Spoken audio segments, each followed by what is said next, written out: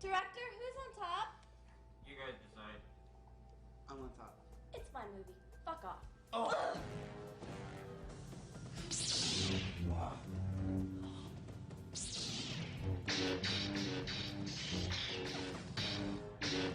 I will always be on top.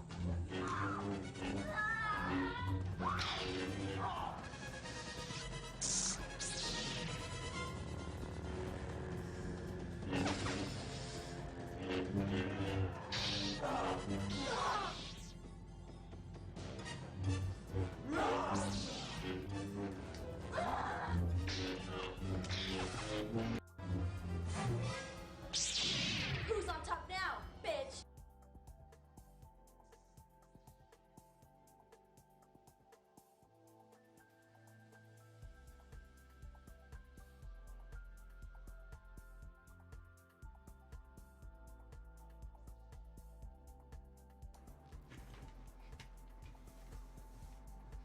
Okie dokie.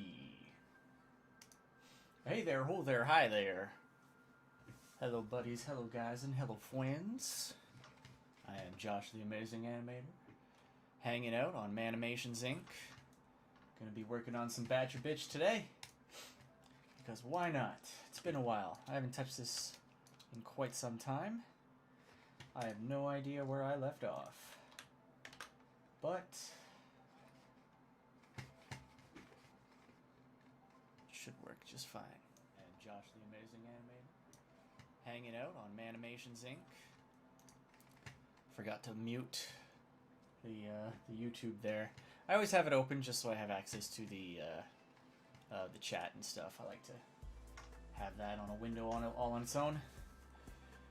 Got my Rockstar energy drink, Dr. Pepper flavored, which actually is awesome. It's the Revolt. I don't know why they call it Revolt. It's far from revolting. It's delicious and refreshing. And it tastes just like Dr. Pepper, so who can complain?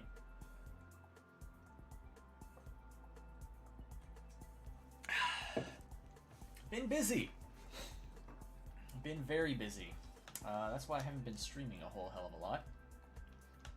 So, apologies, folks. I would like to do this a little more frequently, a little more regularly, a little more scheduled, but yeah, it's tough to do. Tough to do with all the things that I got going on at the moment. Working on, as many of you are aware, my own comic book. Been plugging away on that every chance I get, which unfortunately has not been a lot. Not a lot of chances to get working on this bad boy. Pineapple Pizza Man with Science Wizard Comics. So keep an eye out on that. Hope you're following me on Twitter at Josh Animator. And another thing I want to point out is that we also have with Science Wizard Comics Smackin' Kraken. You might see him floating around Twitter. And he's got a comic coming out with Science Wizard Comics as well. He's part of our Science Wizard team. We've been building him up and helping him hone his craft, me and Troy. And the others at Science Wizard. You know, there's Theron, and there's Unvarnished Void, and recently we've also added Eye of Semicolon. So he's great. So definitely check out Eye of Semicolon on Twitter. He's a fantastic artist. And he's a chill guy. Very chill. Keeps to himself for the most part. You know, not super duper active just yet on the Science Wizard side of things. But yeah, we're looking forward to what he's got to bring to the table and how he's gonna, you know, synergize with the rest of the team. We're pretty confident about that. But getting back to Smackin' Kraken, he's got a comic book coming out with Science Wizard Comics. It's The Chicken Warrior, and it's a really great script. I was super impressed with it. Like, the very first draft was like almost perfect. Like, I had so few notes for that first draft, and yeah, basically like went straight to, you know, penciling his comic. We got some announcements coming up with Chicken Warrior. Really, really exciting announcement. And that's going to be launching with the Science Wizard Comics website, sciencewizardcomics.com. We had a website before, but the guy that was helping me put it together, he kind of gave me some bad advice initially, and I ended up, buying into a whole bunch of these plugins that really bogged down the system and used up, in a very quick succession, in very short order, used up all of the space that we had for the website. And I could not for the life of me, because, he kind of left that, and it kind of fell by the wayside because all the space got used up. The site kind of got shut down for a long time. I mean, we were still doing Science Wizard stuff. We were still, actively working on everything. And, we had the Juanpool comic that was, getting worked on. And we just finished back in January, I think it was. We finished shipping out all of those. So we finally managed to get that done. With great success, I might add. Only had, I think, maybe 8 comics total that got sent back to us, and it wasn't because of any damages. None of the books got damaged. Everything made it to where they needed to go in perfect condition because we use Gemini comic mailers. If you're making comics, if you're an indie comic creator, use Gemini comic mailers. They are the best. I have not had any problems with them. I completely swear by them. So everything got it to, everybody that backed, got there in great condition, had lots of people sharing, pictures and stuff on Twitter. And, we had all that going on. But it sucked because, even when I'm just walking around town, I meet up with people and get into conversations, what I do comes up, the fact that we're, publishing comic books with Science Wizard Comics, and I'm working on my own comic. And I want to direct them to the website, but I can't. So we've been working on the website. I've been working on the website, and totally revamping it. We're using Squarespace now instead of the one that we were using before, which I forget the name of it. We're gonna have a store on the website, so you can buy comics directly. Those comics are going to be official print runs. I'm still going to be looking into, actively looking into what I can do as far as distribution goes, trying to get things into actual comic books. I'll be putting stuff into the local comic stores as I can, here and there, if I can, whenever possible. That'll be much easier once I have a car too, which I don't. But yeah, as far as all the other stuff goes, though, we're gonna put a store in the website. That's basically the last thing that we're waiting on, is for me to test it out and make sure the store works properly, and then I'm gonna order some comics, to have in stock that we can send out to people, that order from the store directly.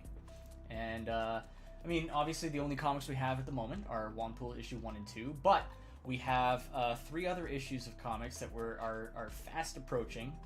Well, not fast approaching. They're actually going fairly slow, but we're kind of getting back into a good groove. And we're not in a rush.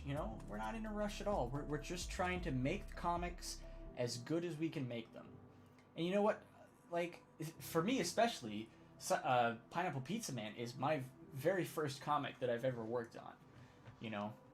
I'm super proud of it. I'm super happy with how it's coming out. I've been I've had some struggles. I'm working on on Procreate for the most part, but I've decided just recently that I'm going to switch to Clip Studio Paint for at least a good chunk of it. I think I'm still going to ink it on ink it and pencil it in Procreate, but I really hate the layer limits on Procreate.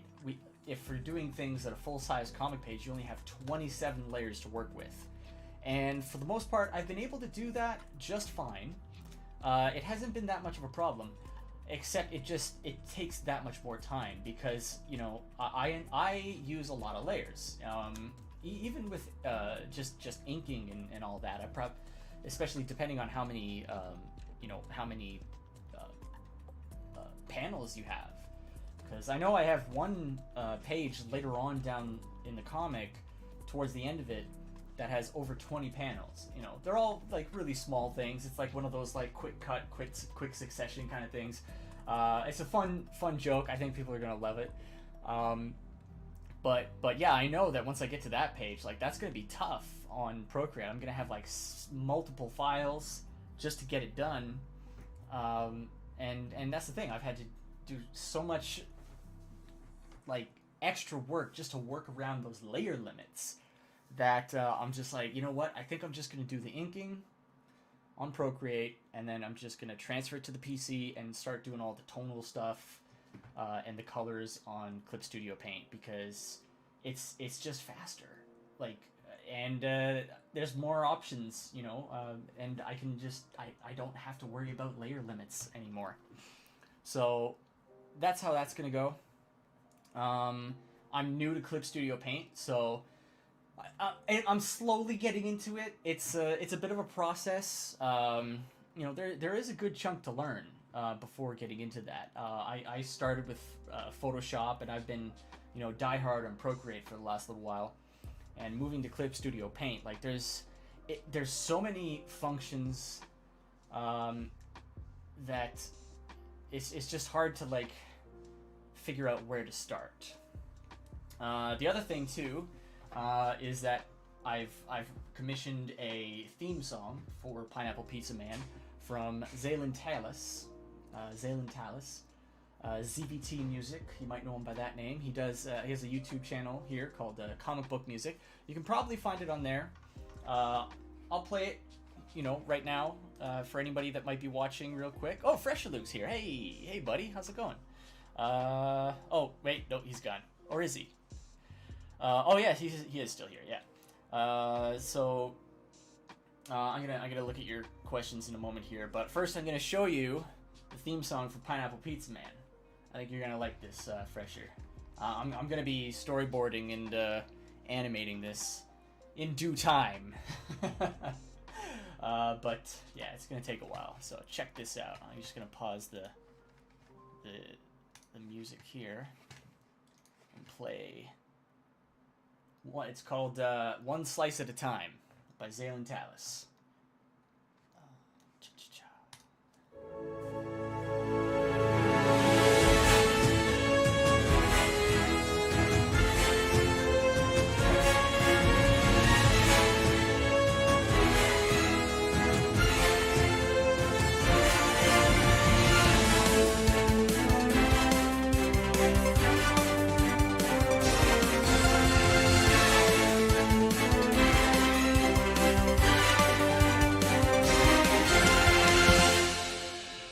Shoot, that's the old version. Where's the new version? I thought it sounded a little different. Hold up a second here. Where's the new version of that? Short 1, short 6, short.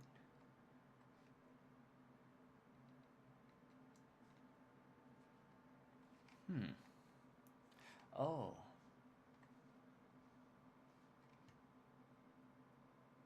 Ah, yeah, that's not it. This is it. This.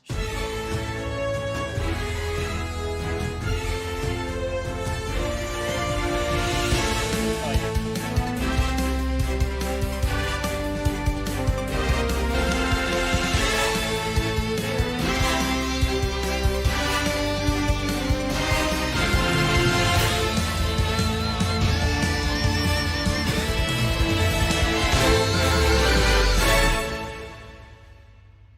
I love that. I think it turned out so good. I'm so happy with it. It's got that, the electronics in there. I worked really closely with Zaylen on that one because I really wanted to have this sort of like, this kind of cross between like that heroic orchestral, like classic heroism plus, like that Mighty Morphin Power Rangers / original X-Men cartoon from the 90s. And I think he really knocked it out of the park. It's really got the vibe that I was looking for. All right, so I'm gonna get into your comics now, Luke, because you have been going off. God dang. So Pineapple Pizza Man, Pineapple Pizza Man. That's kind of like the stinger at the very end of the song. Like it does that sort of like ba ba ba ba ba ba.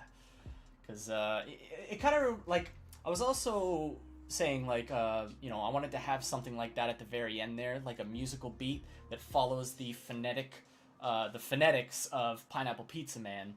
Similar to like how the Superman theme song kind of has that da da da that kind of matches Superman. It doesn't like officially like have those lyrics, but you kind of like hear them in your head because of that phonetic language that's included there. So he says, what's chiller than being chill? Is there a way to make a wizard understand science? Asking very complicated questions. Man, I don't know, man. They're wizards. They can make magic. And if they're science wizards, they make science out of magic? I don't know. Gave your stream like. Hey, thank you very much. I don't know how much that helps, but I'm sure it does in some way, in some fashion. When will there be a sardine ice cream man? Probably never. It's not on the docket. So have at it, Luke. That's all yours. How many layers do you use on average? It really depends on the project, on the page, on the panel, on everything, because sometimes I might get away with like 3 or 4 layers, if it's something like super extremely simple. But then you start getting into like more complicated stuff. Like I was doing this relief the other day that had all these little animal I guess stone tablets, and I was trying to make it look like stone and get all that lighting and stuff and make it look like it had like layers. And there was a whole bunch of them on a pillar, and then had to make the pillar. And then there's like that was only like one piece of it, and there's a whole bunch of other stuff on top of that. I'll be showing that off hopefully soon. That's gonna be something that's gonna be showing up on the website launch. So that's the thing. But yeah, that one I was using like hundreds and hundreds of layers, and even on Clip Studio Paint, that one had to be like, I had to constantly like consolidate things and save it into a new version, ignoring the chat, lol. I tend to, once I get talking, I especially when I'm just like starting the stream, I don't expect there to be many people in the chat, and I'll just kind of go over general news and niceties and talking about the various projects that we do before I get into the art and whatnot. But I don't ignore the chat. I just kind of am on and off again. But when I do see that there's a good chunk of movement, I do try to keep up with it. Show us, very orchestral. Yes, I love it. Nice bit of electronic in there. Your microphone audio is only playing in one of my ears, by the way. I don't know why that is. But I apologize. I'm your only viewer, Josh. Yes, you are. You were. Now there's 2. You were my only viewer. I don't know who else is here, but someone else is here now. But anyway, getting back to things. Pineapple Pizza Man's going slow. It was, kind of on a roll there for a little while. Some stuff came up. Work got hectic. Started a new project on a new show, and there's always a bit of a learning curve with that stuff. I'm just kind of getting up to speed on that now, and getting back to working on my other projects on the side at night. And of course, I'm working with the Science Wizard crew on the other stuff, helping out with Kraken and his Chicken Warrior book, and helping out with Troy with whatever he needs for Juanpool and The Offspring, which is also our next book from him coming up. No, I'm the other viewer also. Okay, so maybe it's just me, but I don't know, because it was saying one was watching, and then that was you. You were commenting, and then it said two were watching, and nothing else changed. So I don't know. It might be someone here, but no, I know. I appreciate you trying to help. Yeah, no, I like that. I like having some back and forth. I think I need a co-host for this kind of stuff. That way I can kind of like keep on track a little more, or someone whose like exclusive role is to just like keep an eye on the chat, you know, so that I don't lose track of it. Because especially when I'm, you know, getting into the working on the rigging and the animating and stuff like that and drawing, it's very difficult to, like, you know, switch my attention back and forth. I kind of have that laser focus generally, but yeah, no, I imagine you're probably trying to help with you know, letting me know that you know, about the audio issue with only coming in one ear. I don't know why that is.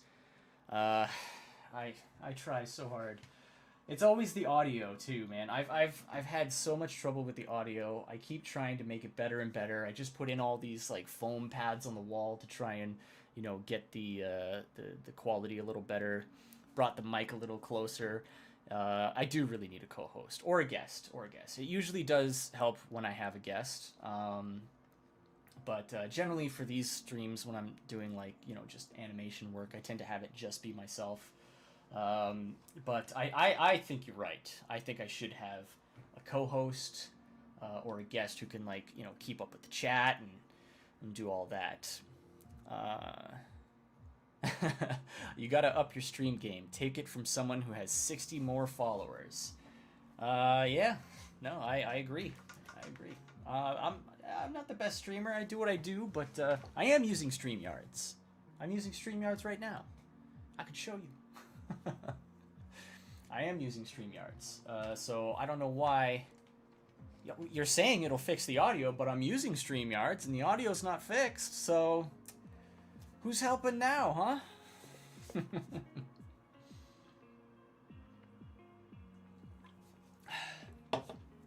But yeah. Pineapple Pizza Man's going slow, but it's going good. I'm really happy with it. It's really testing my metal, because Theron, the writer, wrote in a lot of mechs, a lot of mecha, and I've never drawn mecha before. So I had to learn how to draw mecha. Yeah, really. I am using StreamYards. And it's all updated. It just updated before the stream here. So, I don't know. It might be something to do with my my microphone. Maybe something to do with the mixing. Oh, yeah. You know what? I think it is the mix. How's that? Did that fix it? Because I think that probably might have fixed it. I had the mix on the M box set all the way to the right. So I just put it in the middle. So that should probably fix that. Should have it coming in on both sides now. Let me know if it does. And I'm glad you pointed that out to me, because I do want to have that fixed. There is a delay with the chat, I think. There is. There's always a delay with the chat whenever you're streaming, whether it's through StreamYards or anywhere else. I've never seen a stream where there isn't a delay.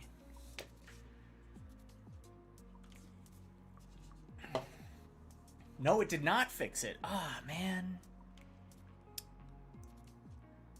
Wonder why. Input 1. No, that's the volume. Let me check something. I appreciate you helping me out with troubleshooting this a little bit.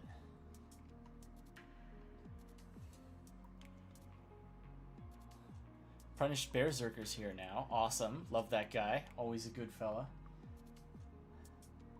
Funny guy. Let's see. If I switch here...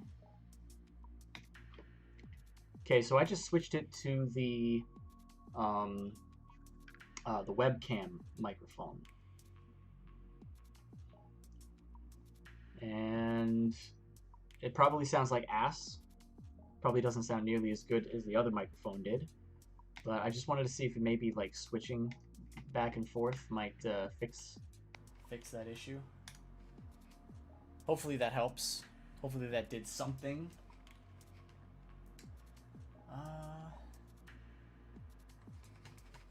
Sure. Yeah, I'll send you an invite, Luke. Why not? Let's do it. Let's do it. That'll be your first time on MANimations. Oh, that... see? The classic turn it off and then turn it on again situation. Haha. That's better. Okay, I'm glad that worked. Alright, I'm just gonna get you a Zoom link. Let's see what we got here.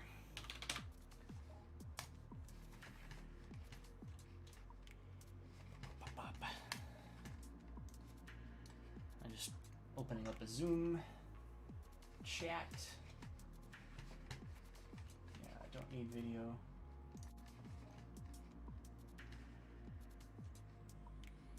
And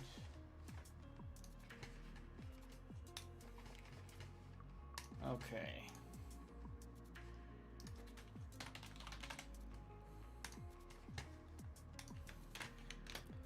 All right, Luke. I just sent you a link, a Zoom link. So you should be able to pop in here at your leisure now. And we can get a little bit of conversation going. Josh! Hey, Luke. How you doing? Fuck, dude! It's just insane! What's insane? It's the audio. It's driving me mad! It's driving me mad, man. Do you have any idea how long I've been dealing with audio issues? As soon as I fix one thing with the audio, it's something else.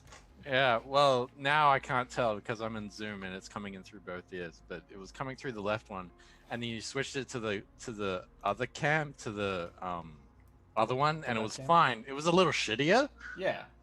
But it was coming through both ears, and I was like, oh, sweet relief. See, that makes no sense to me. It should be working. It should be. I thought I had it when I did the mix on the M. And you gotta share your screen, dude, so I can see what you're doing, because there's a delay with the stream. Oh, okay. You want to see what I'm doing? All right. All right. You said you were using StreamYards, but this is Zoom, dude. Yeah. What, can you invite people on directly to StreamYard? Yes. Oh, I didn't know that. What the fuck? What? I don't know these things. I don't just do gotta this every ask. day. You just gotta ask, bro. Ask a pro. Ask someone who's up in the 379 tier of followers. That's what I'm saying. Well, how in the juice do I do that? You just send me a DM. That's how you ask me. No, not that. How do I invite people directly through StreamYard? Well, when you're in StreamYard, there's a little button that says invite people. I don't see that. Well, you gotta share the screen so I can see. Because we're doing this. You sent me a Zoom thing. You're doing this through Zoom? Yeah, there you go. I just shared my screen with Zoom. What am I looking at here? What is your desktop? StreamYard. Ah, this is is a bunch of shit. Here. No, I meant you're using OBS, bro. Streamlabs. You're using Streamlabs. Oh, you said StreamYard. Jesus, Josh. StreamYard. Okay. You're such a charity case. It's Streamlabs. I'm using Streamlabs. I got the All two right. mixed up. Whatever. I mean, I understand why you use Streamlabs, because Streamlabs has that, like, it's sort of like the super chat feature. Yeah. Yeah, it's got that. Plus, it does have the YouTube integration for the chat, so I can get the chat directly into the Streamlabs as well. Yeah, man, use StreamYards, bro. Like, I think Streamlabs good. God damn, I keep getting them mixed up. I know, because it's like the same thing practically. Exactly. Yeah. But I'm gonna switch it. I'm gonna switch my mic back to the crappier one, but at least it's in both ears until I figure out what's going on. Punish Berserker's gonna tell us. Yeah. He's well, like, I will punish his ears no longer. Yeah. Berserker. Damn, that's badass. Damn. Oh, Berserker's great, man. He's Yeah. he's a funny guy, but oh man, he loves to get himself banned from places. Really? Oh yeah. So he's like a less extreme version of me, I guess. I guess so. Yeah. He really likes to push the limit on comedy. He gives absolutely zero fucks as to Oh wow. political, correctness or whatever. Which That's amazing. So he really is like a more milquetoast version of me. I guess so. Yeah, that's awesome. So anyway, Josh, how you doing? How's Pineapple Pizza Man going? Pineapple Pizza Man is going great. Slow, but great. All right, like what are you doing? Like a page a day? Like how's it going? Talk Talk us about your process. Not even close to a page a day. I haven't been able to touch it for like almost a month now. Because is that because of like work and shit? Yeah, because of work and shit. But I'm getting back into it now. But now the new problem is that I've switched to Clip Studio Paint for doing like the tonal stuff. Yes, you mentioned that. So like, what was the? I think you were saying because of layers and stuff like that. Was that the main reason for your switch over to that, or? Mainly the layer limits. Like it was driving me absolutely insane because I love Procreate. I love like what I'm able to do in that. Excuse me. But it's just like the layer limits keep holding me back. I keep having to find more ways to circumvent the layer limits. And I'm spending all my time figuring out how to circumvent the layer limits just to do basic stuff that I know I could do, much faster, on something like Photoshop or Clip Studio Paint. But forget Photoshop. Fuck them, because they want like monthly subscriptions. So I ain't. Yeah, I just got off a meeting with 3D Zach because obviously my own book, I'm getting that done, and I was talking to him about Photoshop. Your own book, which is called Forsaken Gods, but I didn't want to get into that because this is your stream. No, it's fine, man. If anybody who comes on the stream, who wants to hang out and do stuff like have a chat, like I want to promote your work as well. I want people. Oh, well, thank you. Well, this is the other thing, Josh. I've been hankering to get you on to the Fridays with Fresher. Absolutely. At some point. I'm happy to go on anytime you want. I know it won't be this Friday because I gotta get 3D Zach on because this Friday is gonna be a huge update. Oh yeah. I got the proofs today. Sweet. For the book. It looks amazing. It looks pretty good, dude. I got pre-proofs for Pineapple Pizza Man. Ooh, really? How did they come out? Fucking awesome. I did this through Kablam, and I really wanted to have it in my hands as I was working on it as that extra layer of like, wow, this is real. This is actually happening. Especially as my first comic book. So, plus like I like that I can set up the print files using all the penciled pages. And that way, like, as I finish things, I can just drag it and drop it in, and it replaces the old stuff using InDesign. And, and that's what I've been doing with Pineapple Pizza Man. I got, like, all the penciled rough pages in here. You know what, Josh? I'm going to, there's a severe lack of viewers. I'm going to tweet out your stream right now. Oh, yeah, sure. By all means, do what you feel. But, so what are you working on today right now? You working on some animation? Yeah. I've been working, plugging on a few things for Juanpool, for trying to get like a little bit of some animated clips we can use for future promotion. Like when Troy starts doing Juanpool issue 3, I want to have a few animated clips that I can throw into our campaign video, stuff like that. So, I'm doing one with Badger Bitch here. I'm sure you saw the one I did with Juan where he's like, "What the fuck?" Did you see that one? No, I didn't. Oh, okay. I've been. The thing is, like, people are like, "Have you seen this? Have you seen that? Are you backer of this? Have you watched all this?" I'm like, "No, man. I've just been like my head down trying to get this book out." Oh, I totally understand. Like, we're coming up to the 1-year anniversary of the launch of the campaign, and I want to at least get it out before I hit that 1-year anniversary, if you understand where I'm going. I completely understand. So I'll show the animation on the stream here for a second. Yeah. So this is the Juanpool animation I did. This is from issue 2 It's not the actual dialogue from the comic. I just did this one because I thought it would make a really fun reaction GIF for Twitter. But I am eventually going to reanimate it with the actual dialogue from the comic as well for the promotion. Nice. Which, since I already have the rig, that'll be no problem. That's easy peasy. Yeah. What the fuck? Speaking of easy peasy, what did you think of that video? What the fuck? What video? What That the was one fuck? hell of a segue. What? What video? You know the easy peasy video? Oh, easy peasy. Right. Yeah. Oh. Remember that one? The Steven Universe one? No, the Blacklist one. The one they blamed me for. And then I remember I saw your tweet about it. This is a trip down memory lane. We're going really briefly. You did a tweet saying, "Whoever this guy is, we'll offer him a job." Remember that? I don't, honestly. What? It's been so long. I can't remember. All right. Well, never mind. It was a crazy segue, but anyway. Yeah, but yeah, no, I would hire you. What are you talking about? I didn't even do it. Do what? I don't know what you're referencing. Well, and yeah, you're right. Like, oh damn, that looks really cool. Sorry, there's like a delay. I'm looking at it, and that's actually really well animated. That's pretty good. Thank you, sir. Yeah. All right, cool. So you're gonna make like a. So are you crowdfunding a lot of your books from Science Wizard Comics? Yeah, we're crowdfunding pretty much all of them except for The Offspring. The Offspring is the only one that we're not crowdfunding.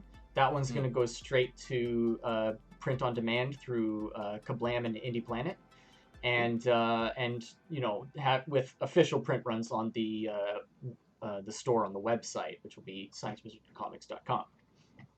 Oh, all right. And how? So have you done the crowdfunds yet? Like, what's been your? So far, we've only done one crowdfund, and that was for Juanpool issue 1 and 2. Yeah, and how did that go for everyone who hasn't been caught up? Well, for everyone that hasn't been caught up, although most everybody is by now, but I mean, hey, we're going trip down memory lane. Just assume that I am a noob and I don't know anything, so just talk to me like I'm 5 years old. All right. Well, Fresher, the thing is, Juanpool went really great. We had a fantastic campaign that was it was one of the only campaigns at the time that was like pretty steadily climbing throughout the whole thing. A lot of people are always saying like, oh, there's always a big, a big spike at the beginning and then it's flat and then it's spike at the end. But we kind of disproved that theory by like really like pushing it like every single day. We were really like super involved with the campaign when it was out, when it was going. I think we did 2 months total. Ooh. And yeah, we did a whole bunch of things. We did like exclusive Juanpool based like art commissions. Like we would wantify people's Twitter avatars and whatnot. And Nice. And we got a bunch of stuff like with that, and that all went towards the campaign. And what we did with that was as soon as we had enough from the those special wanification commissions, we would purchase another a book from the Juanpool campaign, and we would auction it off to people on Twitter. So even the commissions was going towards that, and not just towards the campaign, with nobody getting a book. We went on to make sure that like all the money was going towards people getting books. So that was one thing that we did. And then we also had what we called lightning round goals. I like lightning rounds. Yeah, so the lightning round goal was our other, way to kind of keep people like very involved with the campaign and constantly retweeting it and stuff. Whereas I basically said like, okay, if we get to this point at this time, then we'll add this extra into it. And we ended up hitting like almost all of our lightning round goals. I think there was one stretch goal that we missed, but I don't think it was a lightning round goal. But I mean, like, out of how many goals, though, right? We had a lot, but I mean, it was our first campaign though, and we got about $11,000 US, Yeah. roughly. Yeah. Not bad, but Yeah, dog. we were offering a lot, and we greatly underpriced what we were offering. Dollar bills, y'all. Not a. You're a yes. fucking baller, dog. Not so much. Not so much. That's Just coke and hose all the way. well, I made sure that Troy got paid. That was the main thing for me. Good, I made good. sure that he got paid. You know, Gotta this pay is your his baby. homies. This Juanpool's his baby. They I wanted to gotta, make sure. buy them grills, bro. Absolutely, or at least some new tattoos. But we didn't like we planned everything out and we priced everything out, but we were off by quite a bit. And then adding on those stretch goals, like we kind of just got caught up in the hype of it, right? Mm. So we added on all these lightning goals and we added on all this extra stuff, and we had a poster tier, and then we had an everything tier, and Ooh. we hired Luigi Teruel to do these two posters behind me. And then you hired his brother Mario Terriel, right? No, Luigi Teruel, he did the two posters. He was only really commissioned to do one, but we liked two of his sketches so much that we're just like, we can't just get one, we have to get both. So Josh, we did. I'm very disappointed in you. I gave you that perfect joke. I teed it up for you, and you didn't even take it. I understood what you were doing, but I gotta. But you were just like, "Fuck it, I screw gotta- it. I gotta I'm just give gonna this- keep doing this." I gotta give respect to Luigi, man. I'm not gonna make No, fun I of know, that but guy. you He's gotta- a prince. But you gotta give more respect to his brother Mario, right? 'Cause he's the star. All right, whatever. I tried. This is I tried, Luigi's- Josh. This is Luigi's mansion. I'm just trying to be charitable here, Josh. That's all I'm saying. All right. Oh, Humble Marty, thank you for sharing it on Minds, and welcome to the stream. Always a pleasure to have Yes, you here. that's love- awesome. I love Humble Marty. You know what I like about Humble Marty? She's genuine. She's the real deal. She? It's a she? Yeah. Oh, well, you know what I like about Humble Marty? What? Very modest. She is. And humble. She is humble. God. What is it about Canadians and humor? Why can you guys not do it? Maybe I'm It's just like- down on fresher You- loop. You're too clinical, Josh. You gotta have a few drinks before you stream, dude. I gotta coach you through this, man. It's gotta be like a cross between a beautiful painting and a train wreck. When I do drink on stream, it is a little more jokey, generally. But Yeah, well there you go, yeah. I try to keep things, moving forward for the most part. True, very true. You do a good job. I'm just deliberately giving you a hard time because Oh, I know. People like drama, Josh. And They that's like the thing. That's the thing. It's like I create my drama by not taking your bait. See how I do that? And then you get mad. You immediately nullify it, and then people are like, well, this is boring. Guess we'll leave this stream. Yeah, except they see how mad you get about it, and they're just like, "Oh, Nah, you're not taking my mean, joke."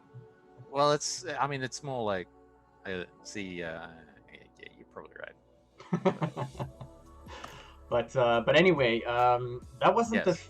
the end of our problems with Juanpool, because when we finished the campaign, we started shopping around for printers, and we found one printer called AM Print Solutions, and they had a good price. We were talking to the people. Oh, I remember this story. Please Yeah. continue. And we settled on a price. We paid them, and then nothing happened for months and months and months and months. It was 10 months of them dicking us around and jerking us around, and me constantly, like every week, I'm like, "Hey, what's going on with our books? Hey, we'd really like to have like a print preview sent to us." And then, probably like 6 months in or something like that, or 5 months in, Wow. they send us a print preview, and the print preview has a big gray bar across the front of the first issue. Jesus. Just completely fucked, a printer error, and that's what they sent to us. Zero quality control on their part. Like, why would you even send that? Why would you even assemble that? You can see that it's got a printing Because error. you asked, Josh. You asked, like, well, yes. Well, what do we No, got? no, no, We got this I'll printer tell you error. why. Let's just send it out. All right. I'll tell you why they Yeah, sent it out. tell me why, Josh. Tell me. Because they're running it out of China. Oh, And well, there you China go. doesn't give a damn. See, Josh, the thing is, China is asshole. the thing is, Josh, your first mistake was not coming to me. Well, I Okay. didn't know you at the time. I don't Wait, think when was this? I don't think When was this? I don't think we even had met at this point. Wait, am I thinking of a different story? No, maybe not. But I've told this story many times. But this probably happened like before we had even met. This was because we did the crowdfund back in like 2019 in March of 2019. I think we might have met Maybe back we then. might have been like barely acquaintances at that time. No, I'm thinking for some reason I'd have to go on the Bundadome to look at the timestamps of all the videos. Maybe. But I'm pretty sure we like streamed together on there. Okay. Like back in 2019. Possibly. My ability to keep track of like dates. I is know, awful. it's like the older you get, the faster time moves, and it's like It's years just whiz by. They It's really bizarre do. to They me, really yeah. do. But freaking me out. anyway, so we got that shitty print, and we were just like, "Yo, what the hell is this? Like, it's got a big line through it. Like, why are you sending us stuff that's obviously an error? You know, like actually send us something, you know, like that's good." So they're like, and there was some issues on the interiors and stuff that had to get, you know, worked out. And we went back and forth a little bit with the printing, the print files. But then eventually, like, nothing happened. And then all the COVID stuff happened.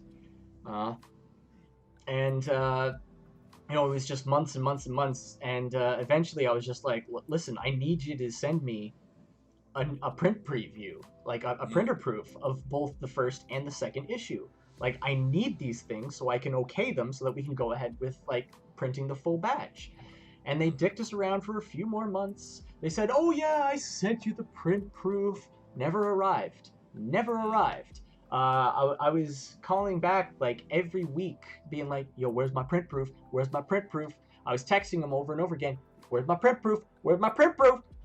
You know, and it was just getting completely, like, ridiculous, like completely out of hand. And at one point, I think it was around June, I basically said, all right, fuck this shit, I want my money back.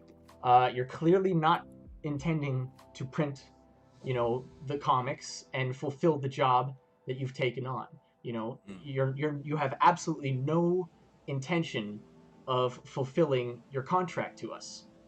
And I want my money back. And they said, oh, we can't do that. We've already spent your money on getting new distribution for whatever. And I'm just like, I don't care. That's not my problem. I paid you to fulfill a service. You haven't fulfilled the service. Give me my money back. They said no. And I said, well, then give me my prints. Give me my comics.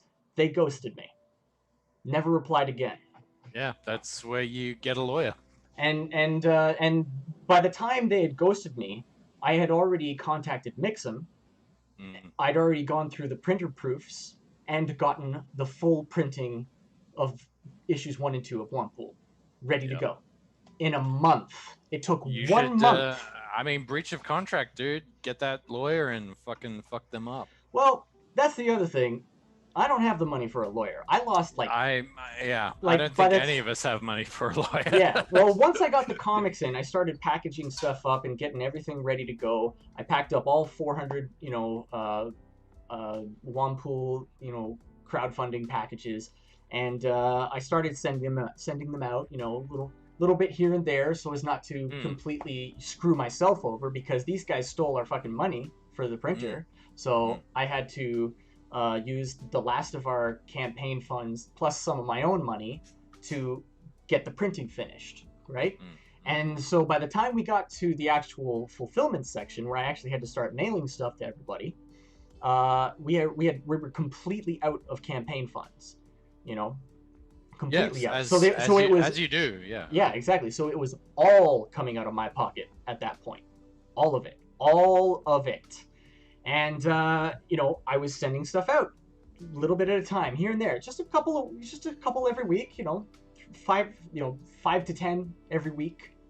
And I had one person in particular, an angry backer that was mad that it was late. It was like a year and a half late, like almost 2 years. And most of it was because of this AM printing nonsense, because they refused to print the book and they refused to give us our money back, and they dicked us around for 10 months. Yeah. They also sell their own comics under Absolute Comics. They produce White Widow, so fuck them too. Well, you should be careful though, because they might use that as defamation against you if they were. Well, it's not defamation because it's true. If they were, I know, they but it's like stole money even from if us. it's true, they can, if they're vindictive enough, they can take this clip and record it and use it against you and say, "Rah, rah, rah," even if it isn't true, because if they're real assholes, they'll just be like, "Yeah, fuck this guy." You know what I mean? It is true. I've done the research. I know what's going on, and I still don't have my AM Print Solutions books, so they stole money from us. I don't think you're ever gonna get those books, dude. I don't think I'm ever gonna get those books either. But Well, anyway, exactly. let's diverge away from negative street and talk about great things. Continuing on, yes. So there was, getting into it though, there was like some salty people who were mad that the book was late, and they were pushing us to like finish the distribution a lot faster.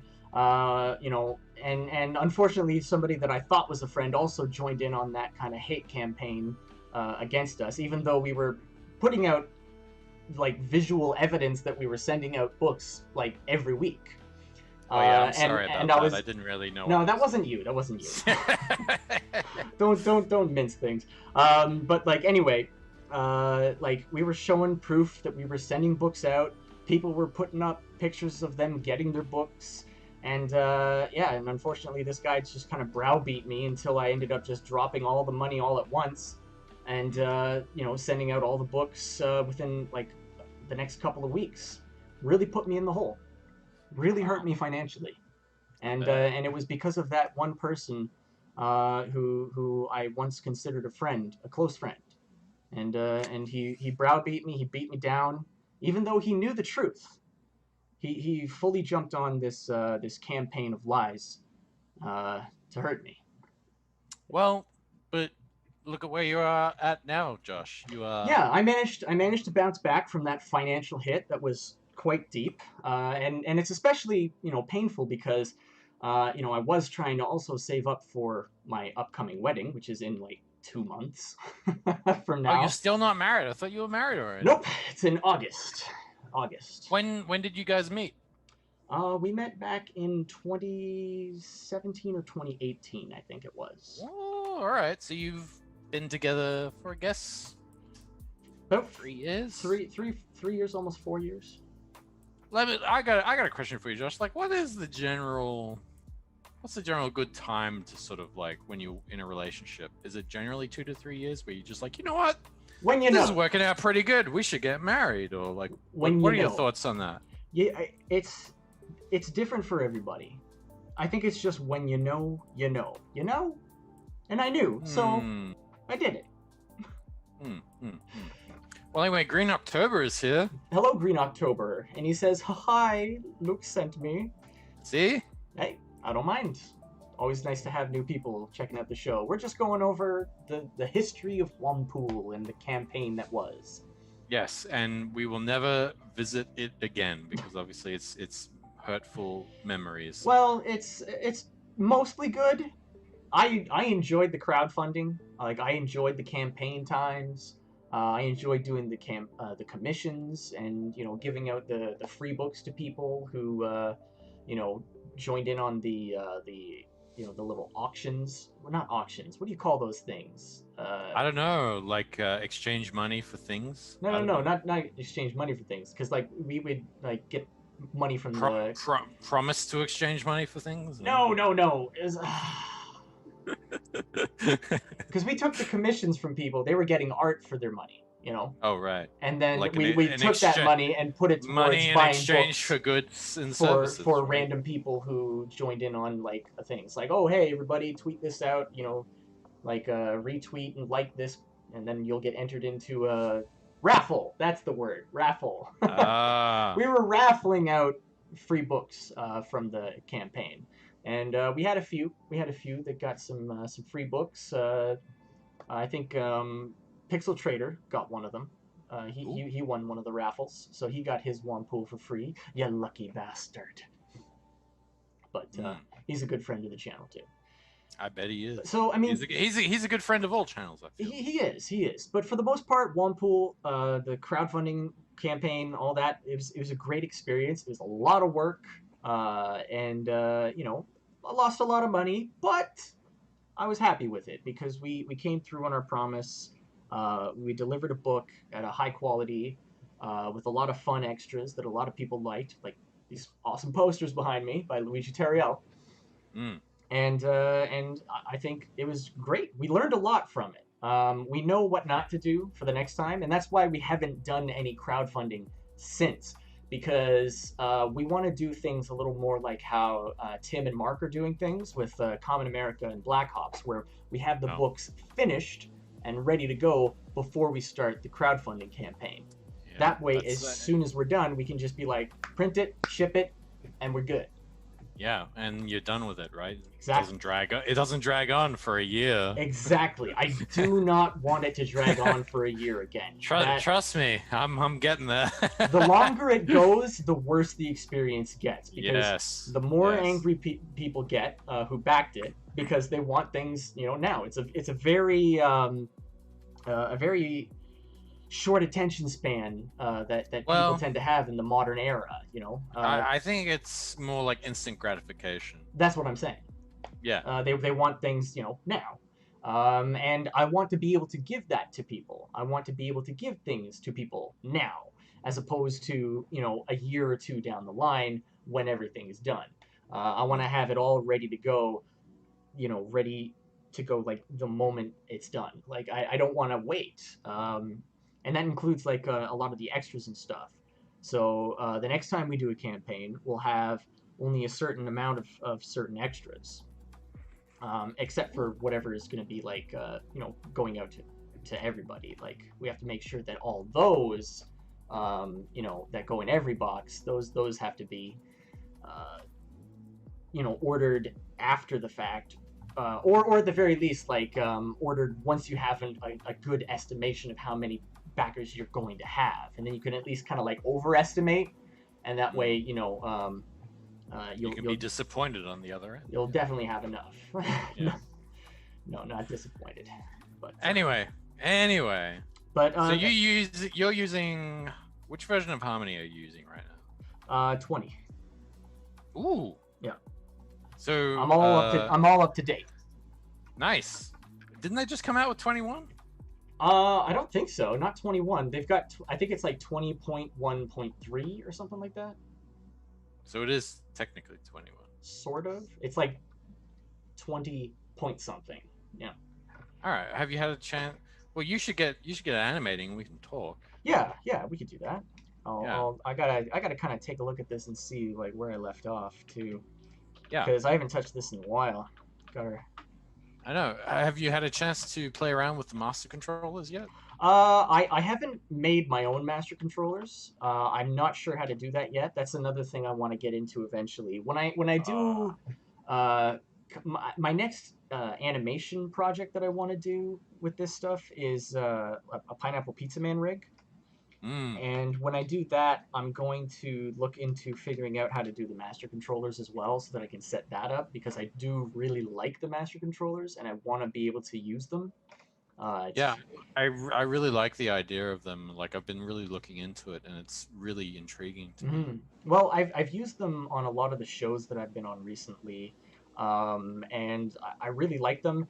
Most of the shows that I'm on are like really simple, fairly cartoony. So there's not a lot of master controller stuff, but enough that it you know, it helps a little bit. There's a little bit of a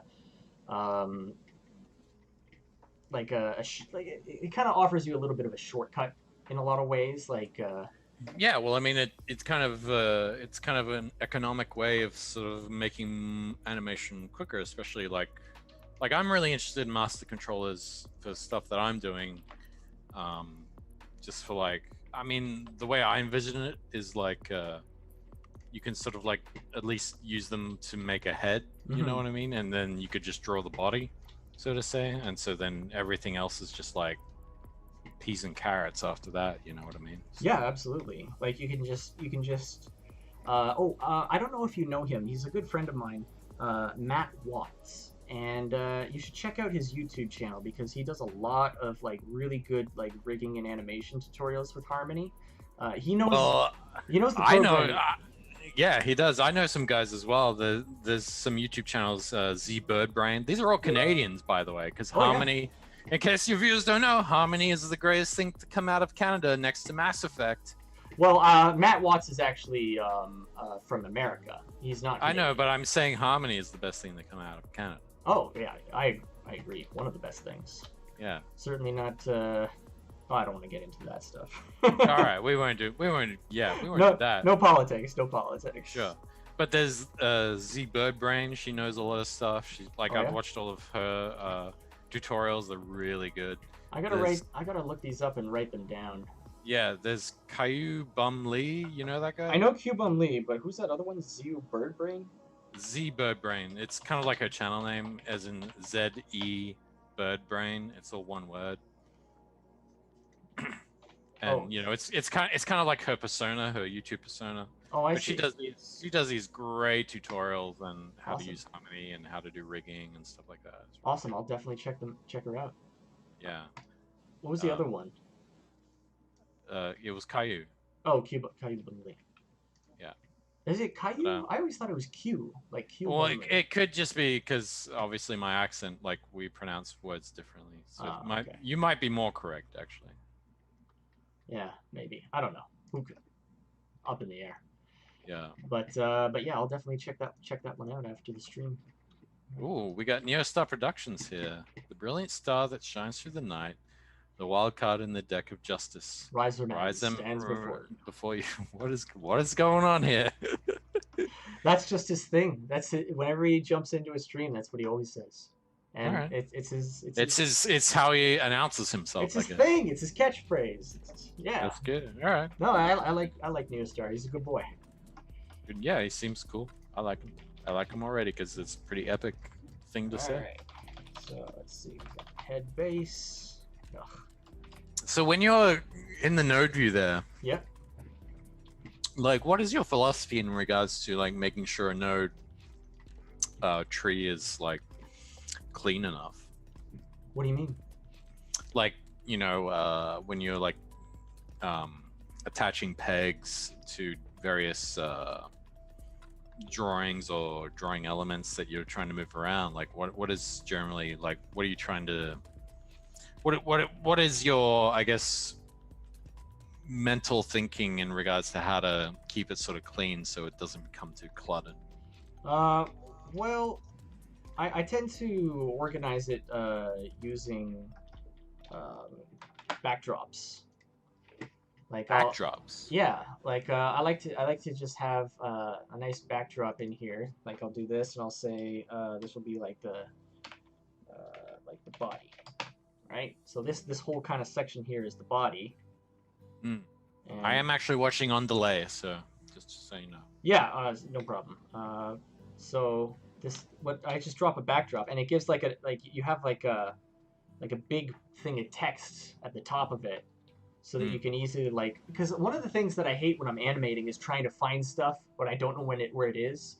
So, you know, if you're like zoomed way out and you're like you've got this whole mess of nodes all over the place, and you're like, wait, I'm looking for the arm, or I'm looking for the eye, and you just can't see it because it's down there. But now you can kind of like put these backdrops in there, color code them, label them. You can even put notes on various things. You can even kind of, you know, stack stuff too. So I could take this section here, you know, add another backdrop in there, and maybe like within the body you could be like, oh, there's the left floppy titty and here's the right floppy titty, right? But I'm not gonna do that.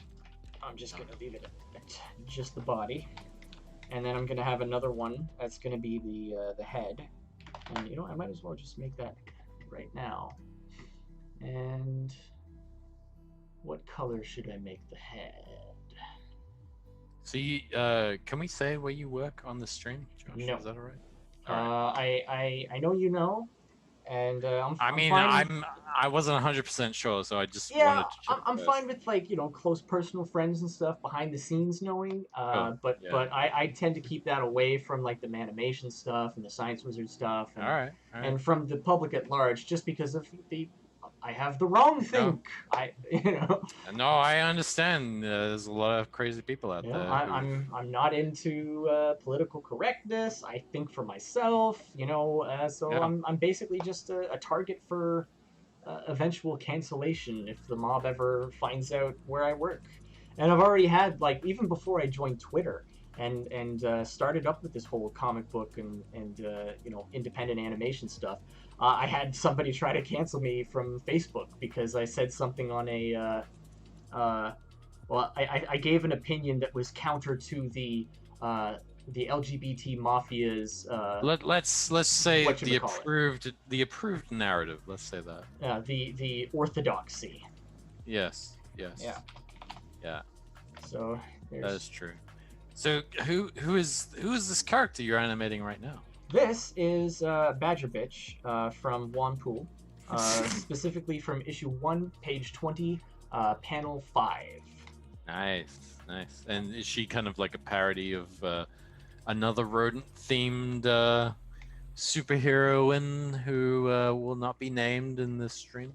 Yeah, I think there's definitely some inspiration from a certain, you know, rodent-themed hero of another comic brand's IP. You know, I mean, Juanpool has, you know, always been and started off as like a major parody project, you know, to poke fun at a lot of that stuff.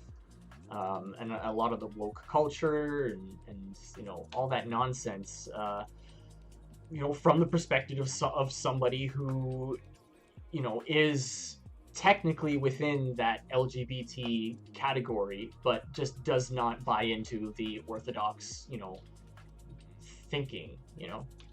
Oh, like I'm looking at the delay and now I'm seeing the backdrops thing. That's crazy. So it's like a little square. Yeah, they're really, really nice for organizing things. So when you create the backdrop, it automatically groups whatever you put inside it? It doesn't group it. But here, when you... Well, I can't see it, so don't worry about it. I know, but like anything that you have in that backdrop, if you grab the backdrop, you can move it, and it will also like select and move whatever's contained within that backdrop. Yeah, that's what I was asking. It's almost like a folder. Kinda. Yeah. All right. Anyway, sorry. Continue on. But it doesn't mess up with like any of the hierarchy or anything like that. Okay. But yeah. Well, I had an idea for a rodent-themed superheroine. Oh yeah. No, I mean, it's basically Squirrel Girl, but with rats. Mm. Oh. That works. You gotta have more than that. You gotta have No, more than that's just it. a name. No, that's it. Okay, so she's got a big nose, I guess. likes trash. Just Likes loves trash. It. Just Yeah. a hoarder. Just watches a lot of daytime dramas. One of those people that like hoards, and their apartment Probably, is just yeah. like full of trash, like food on the Yeah. floor and clothing everywhere. Yeah. She's almost like an anti-hero if you think about it. Yeah, or like your average teenage girl.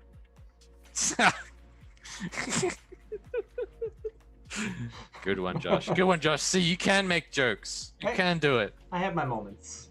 You do. So in the chat there, we got a Nerd Over 30, good friend of mine. Another Josh, also. Love that guy. Also known as Bob Jones from Comic Wars. And he says, smash that like button. And, yeah, dude. Give it a like, guys. Says it's his comic character. They are more like introductions. I'd be happy to showcase some of Razorman's catchphrases. I know the feeling, Josh. That's part of the reason I've been reluctant to introduce my artist to everyone. Yeah, like that's a big problem with this whole industry. Is like everyone's There's so many people out there that are just like itching to cancel somebody. You know, oh, he said something I don't like. Let's get him. It's ridiculous. Like, come on, man. Just I know. relax. But we should, you know, we should focus on positive things. I think that's part of the reason. I agree. We should focus on positive things. Like if we keep talking about, you know, like the cancel culture and all this, I feel like it kind of indirectly gives them more power because then it's always in everyone's minds. Yeah. Whereas if you're just like cancel culture, phew, whatever, then it kind of like robs them of that power. You know what I mean? So Yeah. I guess that's why I kind of keep it away from Fridays with Fresher. So Yeah. I try to stay away from the politics as much as I can. I know. And try it's to stay like away super from hard, drama. though. Yeah, I try to stay away from drama as well, but like, you know, sometimes it does have to be addressed, at the very least. You know, like I don't dwell on it. I don't get mad about it.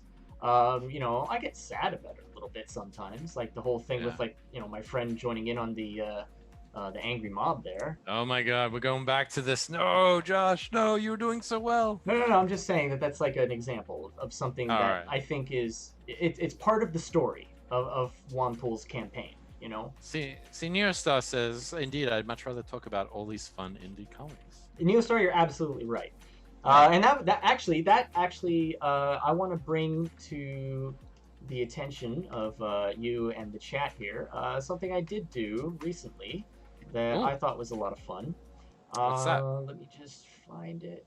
Oh man, I hate how easily things get lost in Twitter.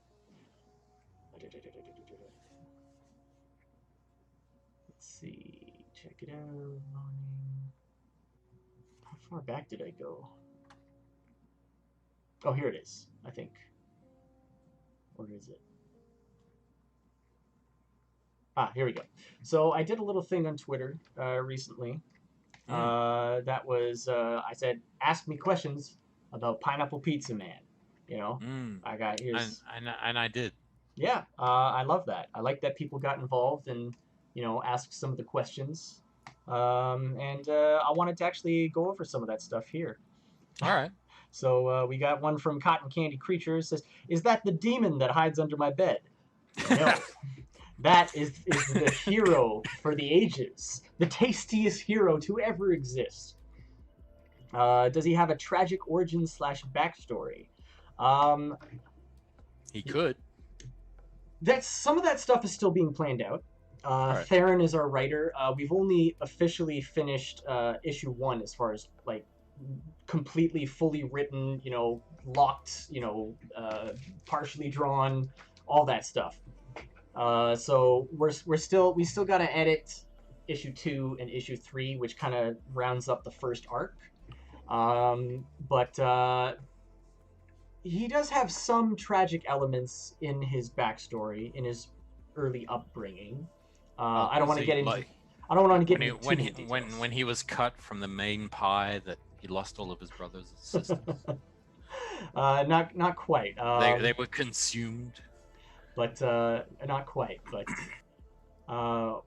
there's still a lot of stuff that we even have to figure out yet. Like we still don't even know. They were consumed by a Hawaiian. A large Hawaiian man. He ate them all, but spared him and said, "Hold on to that fear." We had some ideas on how to like tie in the whole Hawaiian pizza thing into Pineapple Pizza Man. Like in this world, we were thinking about some stuff about like, like what if like they've never thought about putting pineapple on pizza until this guy shows up, you know? And that's what inspired them. What if he's like the gingerbread man and the act of putting pineapple on pizza brought him to life?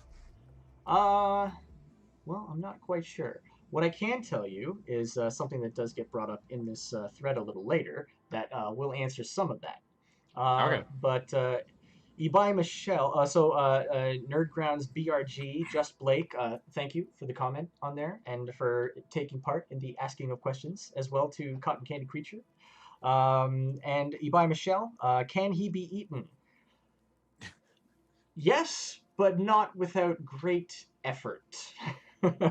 I mean, he is a piece of pineapple pizza that has come to life after all. I mean, the gingerbread man was always running away from those who wished to consume him. So. Well, it's more that he actually does have superpowers, and one of those is that he's extremely durable. There you go. Yeah. Lord Anubis asks, is this a Donald T. Delay design? To which Donald says, God no, I would never design something that evil. And I say, you mean delicious? Your taste buds are extremely suspect. I'll be honest. I like when I was younger. I really liked pineapple pizza, like Really? Hawaiian pizza, because we called it. Well, here's the interesting thing: in Australia, it's in Queensland, it's called Hawaiian pizza, but you go down to Victoria, and it's called Queensland pizza. Interesting. You know, it's funny that I believe Hawaiian pizza was actually created in Canada too. Yeah, I heard that as well because of the bacon, right? I think so, but I don't know how they came up with. Why is it Hawaiian? Because it's a tropical fruit, and they're just like, Hawaii. That sounds tropical. That's good Yeah, enough. well, that's sort of the I guess the conclusion I've come to. It's like colder climates like Victoria and Canada. Hmm. They tend to see pineapple as some kind of exotic fruit or some kind of strange exotic condiment. So they're like, well, this is exotic. Let's put it on everything, you know? Maybe. I don't know, but I also responded to that before responding to Donald. I said negative, but Donald's hatred of pineapple on pizza was a big factor in his creation. By Theron Kurth, the one and only Ron, and then I joined on as the artist and story editor after I drew this mock cover. Pineapple Pizza Man's design has since been refined. So here's the original piece of art that I did for Pineapple Pizza Man that spawned the partnership of Theron and I to actually turn this into a comic. I said I never did finish it because of the modifications to his design. Someday I want to remake this cover because it was really what brought Theron and I together and launched this into becoming a full-fledged comic book property. There's a true piece of Pineapple Pizza Man's history. New Start Production says, that reminds me, Josh, I'd be working on a new snack food mascot, Pineapple Pizza Man. Better watch out. This next mascot is going to be a real splash. All right. Right on, man. Hopefully we can have them battle it out someday. That'd be the ultimate crossover, right? Yeah. We gotta know who the supreme snack food based hero truly is. You know, it's interesting that because Pineapple Pizza Man is your creation, right? You came up with it? No, Theron Kurth created him, and I joined on as the artist, and then kind of like modified his design to what it is now. All right. Well, never mind. I'm not going to go on with what I was going to go with that. So. Okay. All right. But anyway, like since then, we've kind of agreed to like a 50-50, IP ownership between the two of us. Particularly because of my contributions to the story aspect as well. And like so, when are you planning on doing the crowdfund for this? When it's finished. And obviously, do you have sort of a roundabout time frame for that? I really don't, especially because of my recent switch to Clip Studio Paint. Yes. As we've covered earlier. We covered earlier in the stream. But yes. Because of that, like there's a little bit of a new learning curve that I got to go through first before I can really get back into the groove of things. I think once I get back into the groove of things, and once the wedding is finished, then I'll probably be able to sort of figure out okay, how long does it take me to do a page, and how many pages do I have? Here's the rough estimate, But at the moment, it's just kind of like whenever I get a chance to work on it, which is not super duper often, especially because I am helping out with Kraken and Troy's and Unvarnished properties through Science Wizard Comics as well. Yeah. Well, I mean, it sounds like you're busy. I guess where I was going to with this line of questioning as I continue to grill you on your own stream, Josh. I'm okay with that. Is that what do you think the response will be to Pineapple Pizza Man when you finally reach the stage in which you start a crowdfund and start promoting it? Well, I'm hoping that people will say, "Oh, hey, I remember that guy from the Twitters." And they'll be like, "Yeah, I want to check that out and see what this crazy idea is all about." I'm hoping that they'll come in and they'll say, "Wow, this sounds like a silly, ridiculous, fun, crazy idea," and they pick it up and they read it and they thoroughly enjoy it, and they realize that it's more than just a silly idea. We got some like pretty dope action in here. I'm not gonna lie. Like I mean, there's ray guns, right? there is ray guns and mechs. There's X, yeah. his primary villain is a baby in a mech suit. There you go. Also Hey. silly, but it gets dark too sometimes. But we got some good jokes in there. We got some like visual laughs. Oh, visual laughs. You mean visual gags, Visual- Josh? visual gags. You laugh at gags. Yes. The laugh is a product of the gag you get from yes. the visuals. Well, that's the thing. A visual laugh. You see a visual gag, and then you laugh at that It's visual all gag, the Josh. same. It's all the same. Okay. Just like sex and gender, right, Josh? Getting back to the thread, Necromancer Avarice says, "I love that cover with you and the gang. Will the pizza ever have to face the evil tyrant known as Banana Pizza Man?" Ooh. So that Wait, is there a banana pizza man? No. I said, we do love putting in some Easter eggs here and there throughout our books. Banana Pizza Man isn't in the plans at the moment. PPM, Pineapple Pizza Man is a one-of-a-kind alien for now. What about Kool-Aid Man?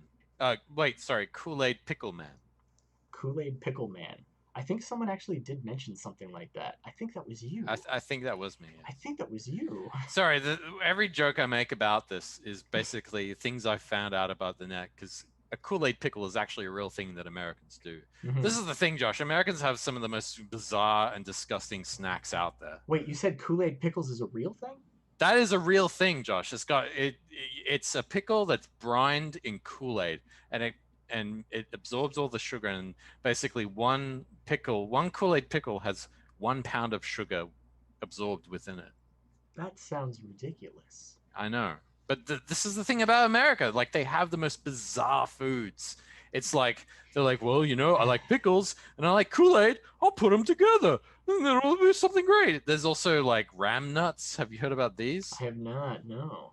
So it's ramen made into the form of a donut and fried as a donut.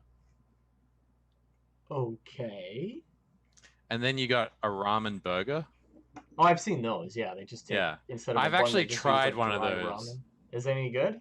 It's not dry ramen. They actually cook it, but Oh.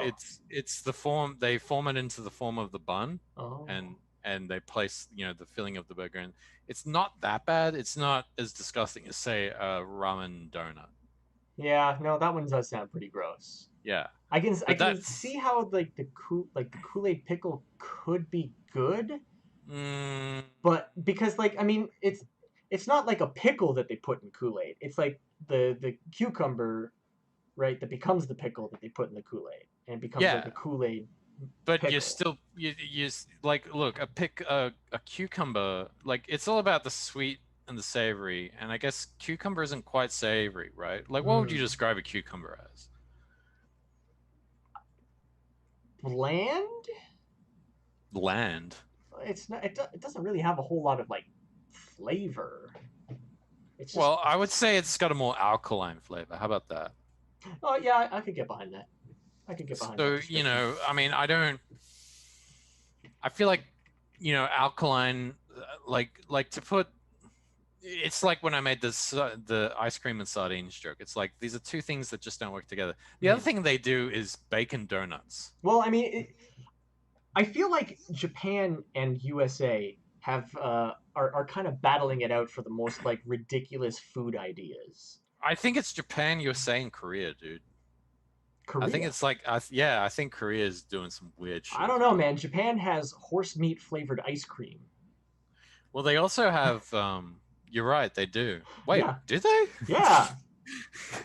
Wait, do they eat horse? Yeah. They don't eat horse, do they? Meat's like really rare over there. It's really expensive. I eat horse. What's wrong with horse? You're shitting me. Yeah, I've had horse meat. It's good. It's really That's dog food, dude. An animal's an animal's an animal. Meat's is meat. I like what Humble Marty's saying. When Luke talked about Kool-Aid pickle, and my mind My mind thought of a pickle as a cult leader inviting people to drink Kool-Aid. I apologize for.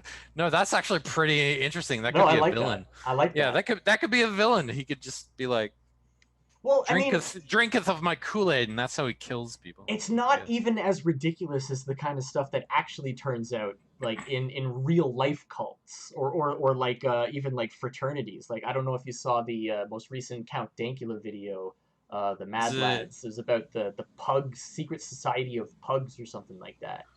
I don't even think I haven't seen that, but it's not as weird as the people who drink beer out of each other's assholes at fraternities. Yeah, that's also pretty messed up. That is, I mean, I'm like, what has happened to society now? Considering some of the psychotic stuff that they do in real life, a Kool-Aid, like a guy dressed as a pickle, offering Kool-Aid is pretty milquetoast in comparison. I know, right? It's like it's always degrees of extreme, isn't it? It's like, well, here's a Kool-Aid pickle. Yeah, but I mean, have you eaten any horse meat lately? Oh my god. Yeah, but getting back to the thread, Marty, Yes. Humble Marty, that is, asks, what are his superpowers? Which is something that Elliot Rodriguez also asked.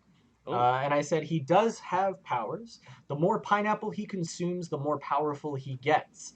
He has super strength, and he is super durable. Very tough to hurt/kill. Not completely invulnerable, but he can take quite a beating. He also has many alien tech-based surprises built into his glove, boots, and gun. His crust area is even more durable than the rest of him. When he's had his fill of pineapple, it's nigh invulnerable. Are you just reading your responses? Yeah. Oh, Yeah, I thought it was going to be like a live. Well, getting people, introduced to the things. I mean, we ended up talking about mostly Pineapple Pizza Man on this stream, so why not, right? Yeah, why not, right? Fizchozo also asks, who is his arch nemesis? To which I replied, the teenage mad scientist. A maniacal pubescent punk of mysterious origin who has an all-encompassing personal vendetta against the sweet, savory hero. He uses techno and bio-altered menaces to endlessly torment PBM. So that's the teenage mad scientist right there, as designed by me. And I'm sure he'll create many snack-based monsters that he will send to kill Pineapple Pizza Man as he finds him an abomination. He's like, well, I need to make another abomination to defeat this abomination, right? Well, Chris Topher basically follows that up with, does he have an evil sibling named Pizza Pineapple Man? Why does he come to Earth? That's not even smart. No, but it's just switching it around. Hey, he's a good boy. He's a good boy. I'm not questioning his goodness or his anything like that. But it's like, put a little effort into it. Come on. Well, I gave him an easy out with that one, and I told him why he came to Earth is yet unknown. He was just a baby when he arrived. It is unknown if he has any siblings yet. However, a teenage mad scientist has created a cyborg villain called Pineapple Upside Down Cake Man, who was designed for us by Troy Torres of Juanpool fame, and that's the Pineapple Upside Down Cake Man there. Neostar says, hell, Howard the Duck had the space turnip in the Kidney Coalition? That is true. The space turnip in the Kidney Coalition. Was that in the movie? I think that was in the comic book. Okay. I don't remember that from the movie. The movie was just really strange, furry, bizarre porn. Yeah, but it had a pretty cool monster at the end of it. I don't know. It's like, I thought it was pretty rad. George Lucas produced that, didn't he? Yeah, and I think it was ILM, they did the monster effects and stuff too. Yeah, so weird. It's like, of all the things that George Lucas could have produced, he decided to produce Howard the Duck. It's like, not the greatest movie, but I rewatched it a couple years back, and it wasn't nearly as bad as a lot of people kind of make it out to be. It's retarded. It's so ridiculous, but it's pretty fun, all things considered. I don't know. You look at it, that one scene where they're in bed and there's that shadow where she gives him a kiss in the bed, and the other guy's the shadow's being cast on the curtain that's sort of dividing it from the other guy who's kind of watching it. I think so. You remember that scene? That was just like, whoa, that's really good. There was a lot of And she's like in lingerie. I'm just like, what is going on? It's like, in a sense, he's kind of like a midget. Yeah, there was a lot of like interspecies sort of like hinting stuff. It was not the greatest. No. And that's the other thing, and it kind of ties in. It kind of segues into the whole Sonic fandom and how they just over-sexualize Sonic. And then whenever I see it kind of like pop on my timeline now and then, I'm always like, why are people like drawing like midget porn? You know, why is everyone's fascination with midgets now all of a sudden? Couldn't tell you. I can't figure it out. It's so strange. But yeah. Sorry, Yes. I'm derailing the stream. I apologize. Oh no, that's fine. I was just kind of reading up on things, seeing if there was anything else from that I could touch upon. But how's Forsaken Gods coming along? You're pretty much like coming close to the end of the line here, right? You got your Well, I have books in? said you've been reading the updates, right? You're a backer, right? I sometimes read them. I don't check my email nearly enough, nearly as much well, as I the thing should. is, you're a digital backer though, because obviously I Yeah. haven't been able to do international orders this time around. but To my definitely next. chagrin. I know it's been an issue, and I'm gonna try and rectify it. Don't worry. The next campaign is gonna be dope. Everyone's gonna be included. It's just this one is I feel like is the learning campaign. But I mean, the book's done. The book's done. I got the proofs today, as I said earlier in the stream. Yeah, I mean, we kind of got lucky. Like, we kind of lucked out in that, like, Canada's international shipping is cheaper than our domestic shipping. Really? It is. Wow. It was cheaper for me to send something to Japan than it was to send something to Toronto. Wow. I'm not even joking. Why is that? Because I don't know. Canada is just really strange. But it worked out pretty good for us, for me, because then, like I was kind of expecting that, because the majority of our backers were from the US, that, we'd be hit really hard with international costs. But no, it was actually the Canada-based stuff that I dreaded the most because that was the most expensive stuff. Was anything that was from Canada, even stuff that was from my own like my own province was more expensive than sending stuff to like Mexico, UK, Australia, Japan. Like everywhere we sent it to was cheaper than Canada. It makes no sense, but I'm happy about that because. Hey, what do you think of the idea of people who are citizens who are part of the Commonwealth don't need a visa to go and live and work in various other Commonwealth countries? I'm not So like sure what you mean. So I think I read something ages ago. I know we're going off the segue. We'll go back to Forsaken Gods in a second. That's fine. There was a thing I read. I can't remember when I read it. It was a few years ago now, where they were trying to float this idea where if you were an Australian citizen, you could go work and live in, say, Canada or the UK or any other Commonwealth country who's still part of sort of the quote unquote the British Empire. Oh, I don't like that idea at all. Why not? I don't want those filthy UK commies in Canada. We have enough. Well, the idea was because it's sort of like I guess a British, I guess Commonwealth citizenship. You know what I mean? Yeah, I'd like to see Canada completely separate from Britain. All right. That's interesting. Yeah, if I ever run for office, that'll be a big part of my platform. And when are you planning on doing that? The way things are going, I might have to do that soon. All right. Yeah, you gotta. I think you I gotta get you gotta get the healthcare system back up and running because fucking the guy before the guy you have now went in and ruined it, didn't he? I'm not really sure about that. I'm not like super into the details of that stuff. Like, I'd have to look into that because I don't know. Well, I mean, everything. yeah. If you're running for office, you really will have to look into that. I will have to look into that. And the thing is, like, the other thing too is like one of the things that's a big problem in Canadian politics is that it's very, very Ontario centric. It's like a lot of the politics is very focused around Ontario because like that's where the capital is, that's where our biggest major city, Toronto, is, and a lot of the rest of the country gets forgotten or taken advantage of. I'm not a big fan of that, and the rest of Canada, that the parts that are getting forgotten, you know, in place of Ontario, they're not big fans of that either. And I think that's another thing that I probably want to like really look into is like how to Oh yeah, get them a Stephen's. little more represented in the Yeah, actual goings on of the country and get them involved, right? Stephen Harper. That was who it Oh was. yeah, I think I don't know much about Stephen Harper. The main thing I know about him is that he was really good for the economy. He was really good at getting Well, like the economy and getting our debt in check.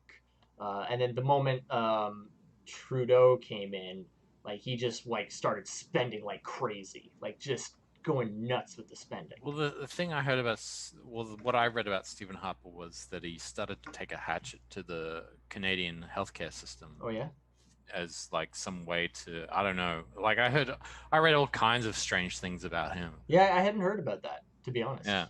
All right. Anyway, so getting back to the topic, But I yeah. mean, yeah, but Harper in particular, like, was before my political awakening, really. Oh, all right. He really- It's like a sexual awakening, but with politics. well, I mean, there comes a time in everyone's life where they start to actually pay attention to what's going on in politics. Well, I think it's called old age. I think Yeah. that's what that is. Yeah. Once you hit 30. Yeah. So anyway, yeah. Forsaken Gods is, yeah, we're basically, I know I keep saying it, but we're basically on the doorstep of getting done. The update I'm going to be posting this Friday is I think it's going to be the news everyone wants to hear, because Nice. I have been sort of trying to, I guess, just come up with things to sort of keep people updated with, and it's kind of been a bit of a struggle because 3D Zach, you know, he's got a job and he's also trying to get his system of production up and running. So he's it's kind of a learning process for him as well. I gotta ask, what's 3D Zach got to do with this? I thought you were drawing, writing, coloring. So all right, so I'm making the book, right? Yeah. I'm like writing and drawing, and I'm the creator for it. Yeah. But I'm handing it off to 3D Zach to print it and fulfill it, because I'm not a very good logistics guy. I'm more of an artist. I see. So he's kind of doing for you like what I was doing for Troy with Juanpool. Yeah. And And the thing is, Zach in his day job, he's an engineer and he gets paid a lot of money to do that. And I can't really think of anybody better to sort of make sure everything works properly and is fulfilled efficiently than Zach, because he's just got that kind of mind for it, and I know he's going to do a thorough job. And he's been great to work with. That's good. He's been very. I've tried to be respectful of his time, because obviously he's got a life and he's got other things. He's got other clients he's got to fulfill as well at the same time. So, the meeting we had today was really good, because he's like, yeah, I'm buying this little extra equipment just to save time, and that's going to come in a week and stuff like that. And he's just constantly updating and iterating on his whole production pipeline, which is really good. And so the plan after today is I've got to go in and I got to do some slight tweaks to the cover, but the proof that he sent me it's like 99% there of where I want it, so that's really good. And I think things are going to start getting sent out probably early mid-June. Oh, that's good. Yeah, that's soon. Yeah. Awesome. So that's soon. And so once those start going out, then a large portion of them start going out. At least the first 100 backers are going to get theirs, because obviously everything's been made for them. Now I've got all the. Oh, go ahead. No, I just wanted to add in there real quick. When are you going to send out the digitals for the digital backers? Yeah, so that's a good question. My plan is when most of the physical copies are out, I'm gonna say probably when half of them are out, at least, just because I kind of want to. Obviously, piracy is a problem.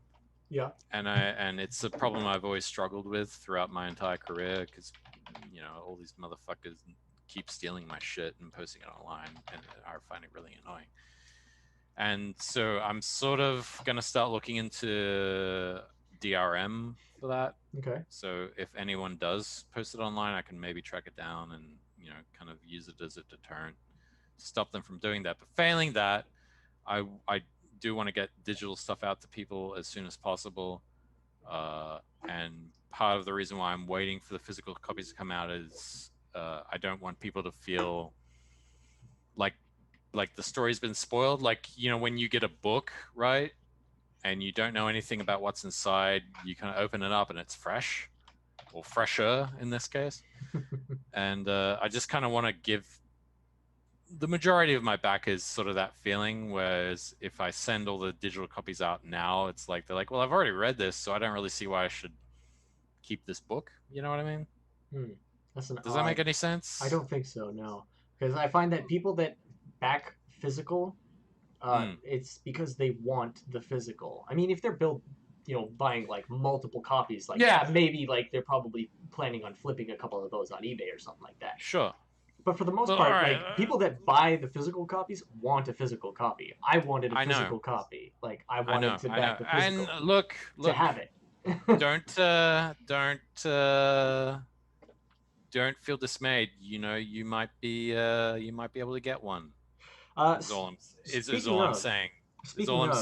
Speaking of, are there any plans for distribution models following the campaign? What do you mean? Like once you finish fulfilling the campaign, do you have plans to make it available on any other platforms, on a website, through print on demand, Amazon, anything like that? I will tell you this. My plans are that you will, in the next campaign, because obviously this is the learning campaign right now. The next campaign will have, I'm going to definitely try to have international shipping. And you will definitely have the option to get the first issue if you want the first physical book. Okay. But because you're my friend, Josh, I think you might be able to get a little sooner than everybody else. Sweet. But don't hold me to that.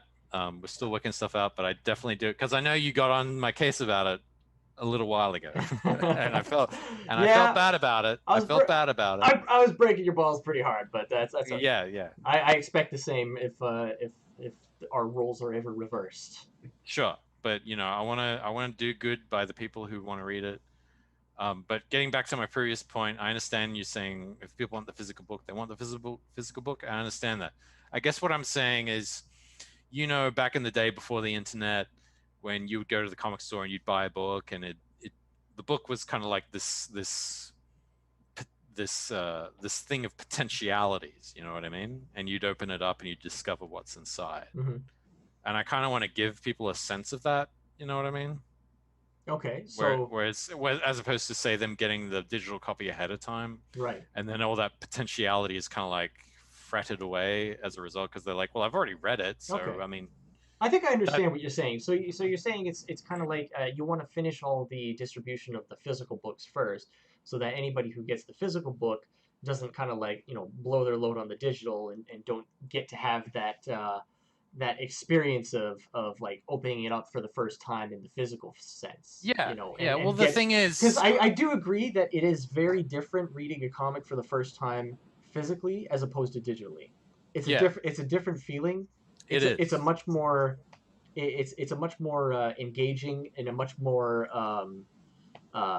fulfilling feeling, as far as like consuming that particular form of entertainment. I have like many digital comics on my iPad, on my iBooks or whatever. I hardly ever touch it, but I love going over to my library of comics and picking stuff out. They feel better.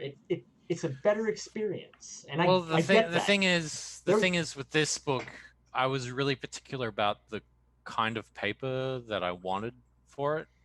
Like when you have a book, there's so many things that go on when you open a book, right? Like there's the smell of the book.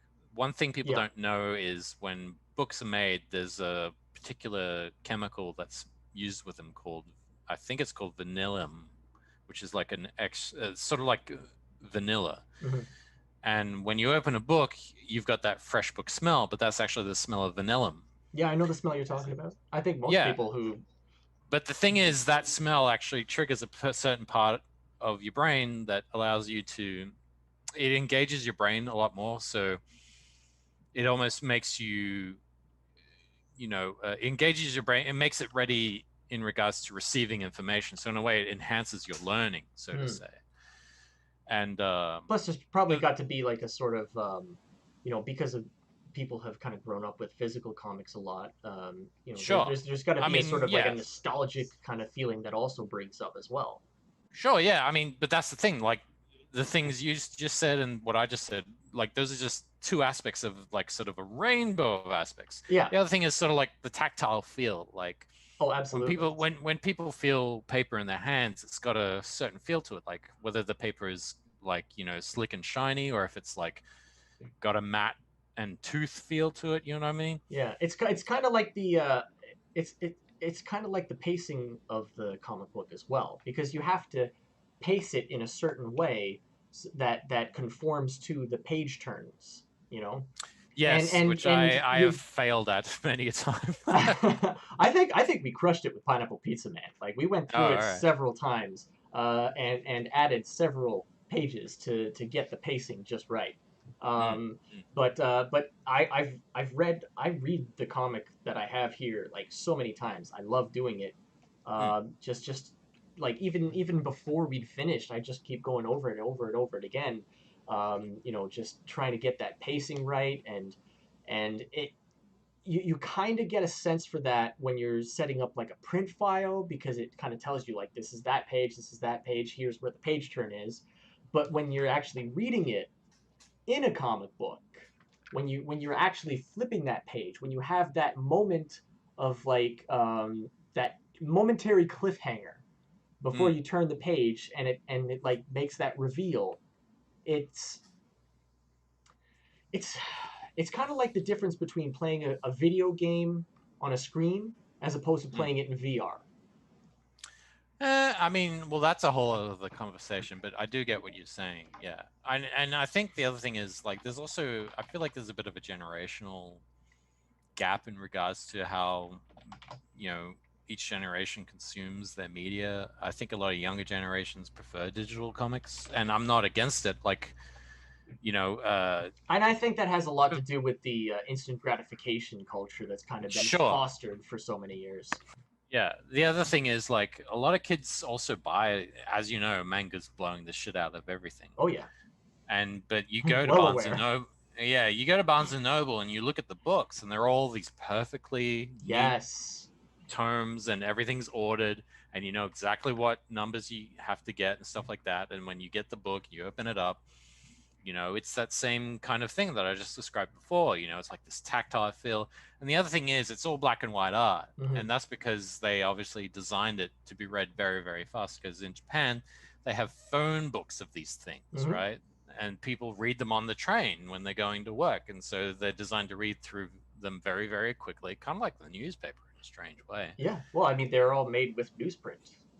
Yeah. But the thing is, like, there's so much manga that I guess the younger generations, and I've seen, because I try to keep my finger on the pulse. I kind of try to see where the trends are going, right? And so they don't have a whole lot of room to put all these books somewhere, right? So it makes sense to have them in digital form, because it's like all just on a thumb drive. So yeah, that is one thing that I definitely really like about the manga, though, is that uniformity in the scale. And like that nice clean, like you get the whole set of something, and it just is this nice look, yeah. it all fits together. It's like 1 2 3 4 5 6 7, like you got the whole thing right there. That's one of the things I really want to do with the Science Wizard books too, is when we start getting into the collections and stuff, I want them to all be of that uniform scale, so that they all line up very nicely. It looks clean. Like, I really hate the going through like the graphic novels and the collections section at comic book stores, and especially when it's like you do go to some place like a Barnes and Noble or a Chapters or something like that. and you get like you see like the Western comics side of things and then the manga side of things. The manga side is so clean, you can see everything perfectly. You know exactly what's what and what's where, and it's I love it.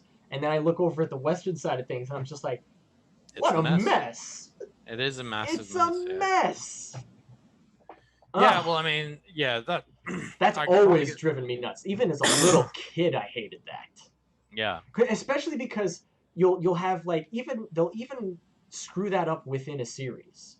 You know, you'll have like, oh, let's say I'm collecting Fantastic Four. It'll be like 1, 2, 3, 4, 5, and then 6. They like move the number like down the spine, so it's like the title and the number are flipped, and it's just like, oh, that just kills the uniformity. So yeah. you've got it clean, clean, clean, and then bright and clean, clean, clean, or it'll switch and then go clean for a little bit and then switch again in another way.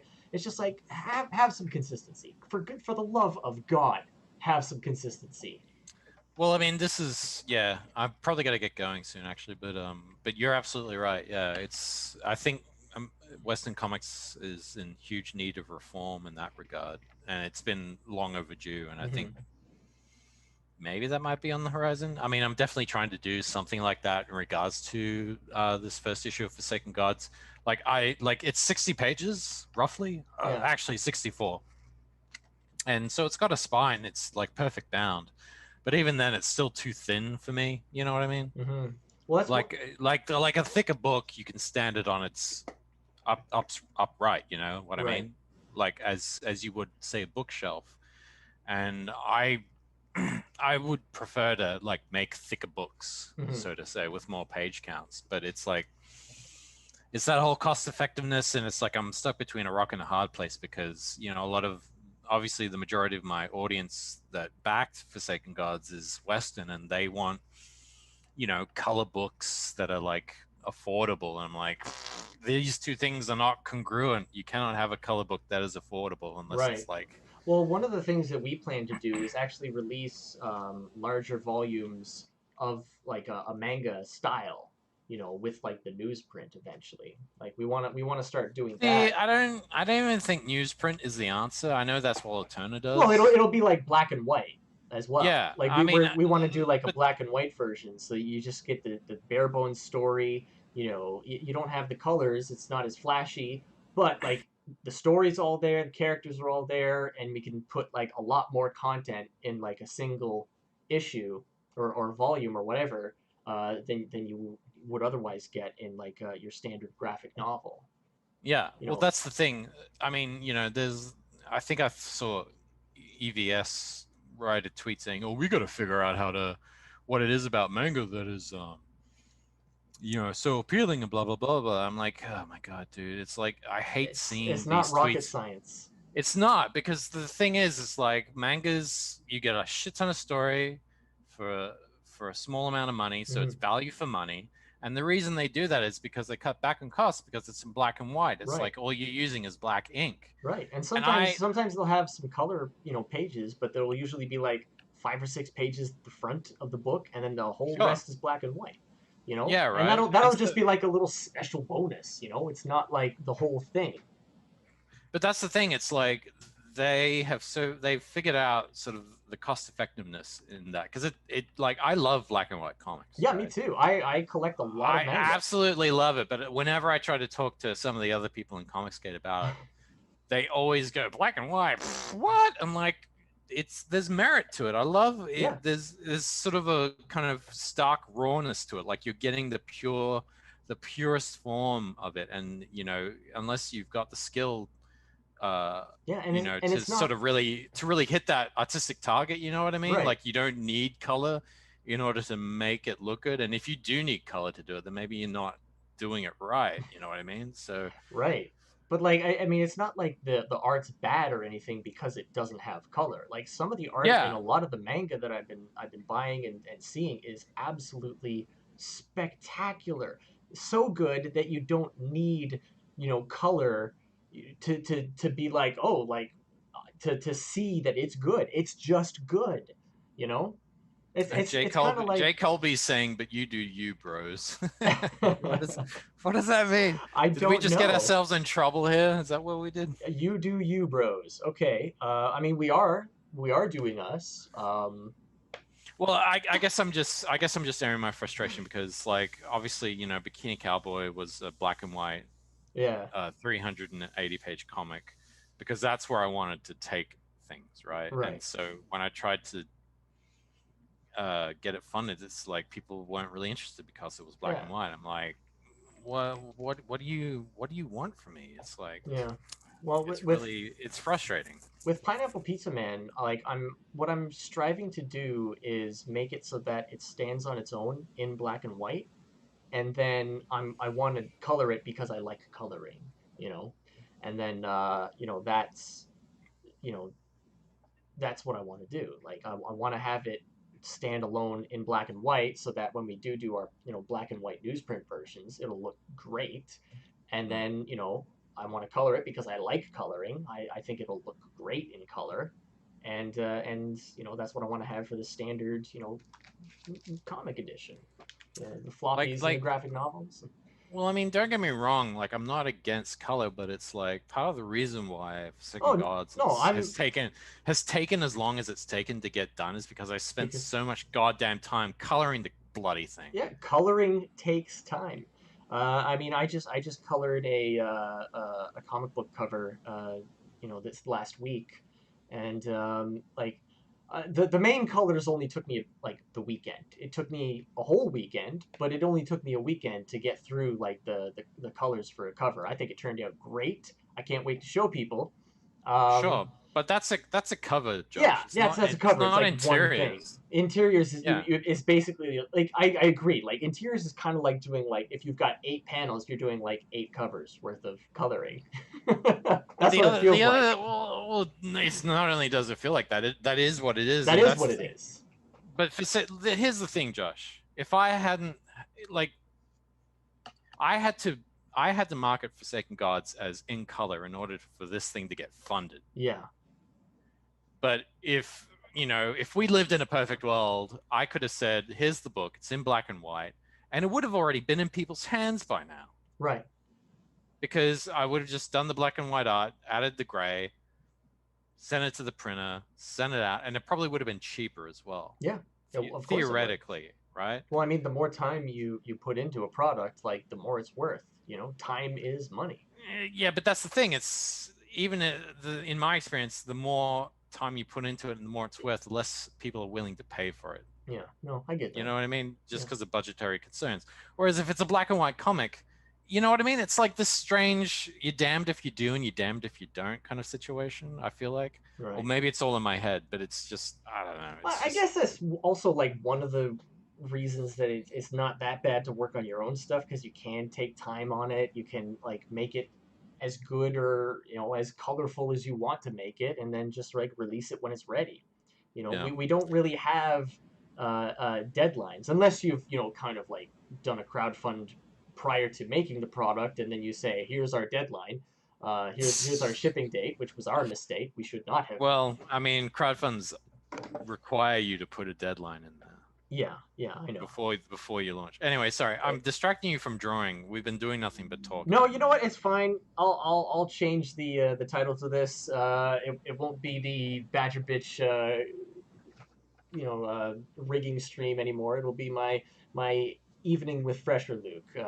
Oh my God, no! Don't do that, because then my stalker's gonna show up and start spamming. I don't care. All right. They don't scare me. Let's just block him. Yeah. All right. Well, I'm gonna go to bed. Alrighty. I'm just going to look through these last few comments, and then. All right. Well, I'll stick around for the comments. All right. I apologize. Well, it's like I came on here thinking that I would talk, and then you would just draw as you do it, kind of like. See, I have a hard time with that. All right. I'm really sorry about that. Because when I'm drawing, and especially when I'm rigging, my mind has to be entirely on the rigging of the drawing, because there's a lot to think about. You know, There is. especially I'm so with the sorry. rigging. Especially with the rigging. But that's I okay. I don't mind. I kept you from your work. I Well, feel really bad about this. no, it's okay. It's okay. I mean, I just wanted to do a stream, and you offered to come on. I haven't talked to you in a while, and it's been a fun time. You know, we've reminisced I- about the crowdfunding, talked about my projects, your projects, interacted with the chat a little bit. It's fun. I like it. okay. Nothing All to be right. sorry about. Don't worry Thank you about for making me feel better. it. You're welcome. Anyway, Neostar says, love them vanilla flavored books. A lot of digital media is accessible through your phone. Yeah, instant gratification culture. Hell, Japan has light novels and manga specifically on your phone, even before phone apps. Oh, that's cool. Really? I didn't know that. I know they I recently. thought phone apps came along the same time that phones came along. Well, at least the handheld phones, right? I don't know. Phones have been around for a while, but like in their But I current mean, state, like it's only really f- been like maybe what 10 years, if that. yeah, because Because you I had the remember flip having the phone. flip phones, Yeah, and they had yeah, like some internet connectivity stuff, but it wasn't like it is now with like the touch screens, yeah. and it's like a Because it was Apple desktop on your that, pocket. yeah, it was Apple that like pioneered the touchscreen. Pretty much, yeah, yeah. Yeah, Uh, and let's see here. That's because the mainstream media is more concerned with how Western comics can be used for social political agendas rather than entertainment, so they aren't concerned yeah, about I ease don't, of access. True, but I don't know why they're talking about that. It has nothing to do with what we were talking yeah, about. yeah, no, it really doesn't. But I mean, he's not wrong. He's not wrong. No, I mean I'm not saying he's wrong, but it's like that's a whole different conversation, It dude. is. That's a whole other stream. EVS doesn't really need to know what makes manga work. He already has at least 3 fandoms worth of an audience. I Well, that's because he guess. went in. He scooped up the Star Wars and Star Trek fandom. Yeah, I guess so. He's kind of got like his. He's kind of got his fingers in a lot of pies, I suppose. Well, here's the thing that I always found strange about EVS. It's like he did that tweet, right, What tweet? about the one that I mentioned where he's trying to figure out why it is that manga Oh, right. Yeah, that one. Yeah. is beating Western comics, right? Yeah. And I'm like, dude, you started a YouTube channel specifically to talk about Star Wars and Star Trek, these fandoms, because these are fandoms, I would say multi-generational fandoms, because obviously parents introduce their kids to it. Right. Yeah. And they've been left out in the cold because these corporations who've bought these properties have mishandled them, and Yeah. so And had open disdain for their open disdain for fans. them, and so then they're looking for something new, and he's shown up saying hello, and so they've gone and flocked to him, but what he's offered them isn't what they've been looking for, because what they want is a space adventure, right? Right. Whereas he's just offering them the superhero frog comic. You know what I mean? It's I like, guess. I mean, I don't. if he had offered, say, a space adventure genre thing, I think he would have done. I mean, he did pretty well. Don't get me wrong, but I think he would have done even better if he'd said, "Hey, well, here's my space adventure property." You know, like the great export from Canada, like Mass Effect is like another iteration of the whole space adventure. Well, maybe he realized that, and that's why he took on Kyle Ritter's what was it, Starblades? Maybe, but it's like he's got that under his label now. So even Starblades is sort of more of a superhero book rather I than guess. a space adventure book. I mean, I haven't read it. I could be completely wrong. It could be like the most brilliant like space opera out yeah, there. I did back that one, and that was like back before he even like brought it under the All Caps Comics name. But I just think it looks really good. I think Kyle Ritter is a phenomenal artist. Oh yeah, he's a genius. He's totally absolutely incredible. Like he can do like a bunch of like he can make it like animation. He can do all the coloring, the inking, the pencils. Like he does it all, and he does it to a quality and at a speed that is just unmatched. And honestly, I'm endlessly impressed with what he does. He's Yeah. an absolute freaking wizard. Oh, totally. So I'm looking But I forward. mean- I'm looking forward to reading it and seeing. But I mean, why? how his story I mean, chops are. Sure, but I mean, it's like the other thing is like Kyle wasn't the one who was scooping up all of these fandoms for it, though. You know, I mean, the Star Trek fandom and the Star Wars fandom. Yeah, I suppose so. It's honestly I can't really comment too much on that. I don't really follow Ethan Van Sciver nearly as closely as I Yeah. used to. Like I just hear about a few things about him every once in a while. Yeah. But Well, the thing is, we actually. I'm busy doing my own thing. I know. Well, the thing is, we actually follow each other on Twitter. So, Oh. well, he followed me first. I was like, all right, well, he followed me, so I'll just follow him back. So, anyway. But yeah, getting back to the last few chats, Humble Marty says Western mainstream comics have been the Walmartian of comics lately. A few good ones, then nosediving into Politiloco land. Yeah, unobjectionable. Teenage Mutant Ninja Turtles did pretty well without color. Also true. Very true. Very true. Back in the day. Although Teenage Mutant Ninja Turtles really didn't blow up until they got the cartoon. That's when it really took off. But they didn't get the cartoon until they had like 100 copies or issues or something, right? Something like that. They had a lot. There was a lot of Teenage Mutant Ninja Turtle comics before they even put the cartoon out, and then the cartoon just like catapulted it into like major mainstream success. Then the movie. I think there's a genealogy there, like a sort of a pathway there. I still think that the best thing I've seen from Ninja Turtles was the first movie. I love that movie. It still holds up. But is that through rose-colored glasses? Because obviously we saw that when we were kids. No, I have the DVD. I've watched it. Right. I think I rewatched at least the first two with my fiance recently. Like in the last year anyway. And the first movie really holds up. I think it really, really holds up. The second one, not as much. The third one, hot garbage. Was that Turtles in Time? Yeah, that was the Turtles. I think I saw that.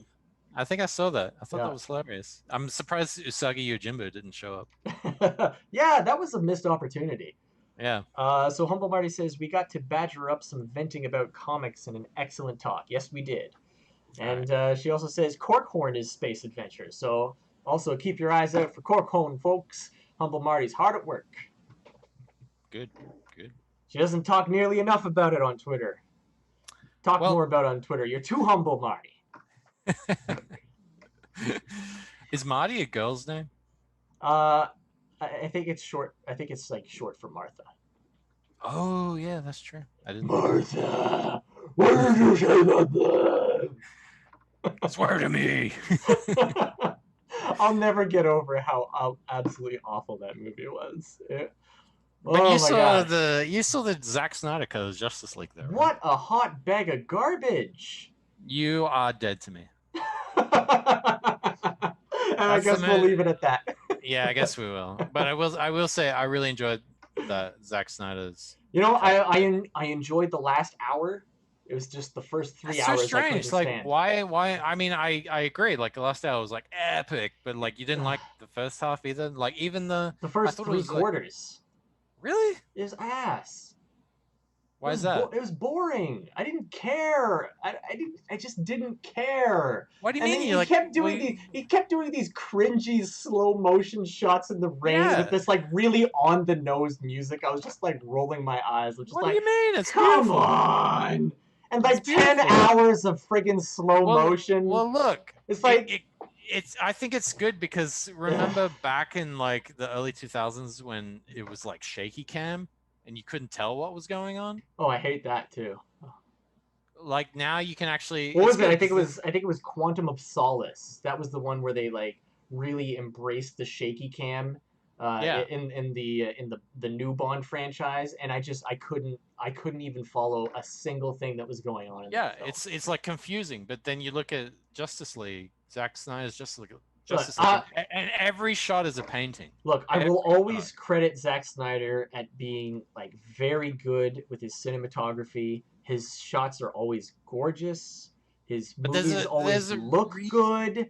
But they're always so vapid and empty and just... No.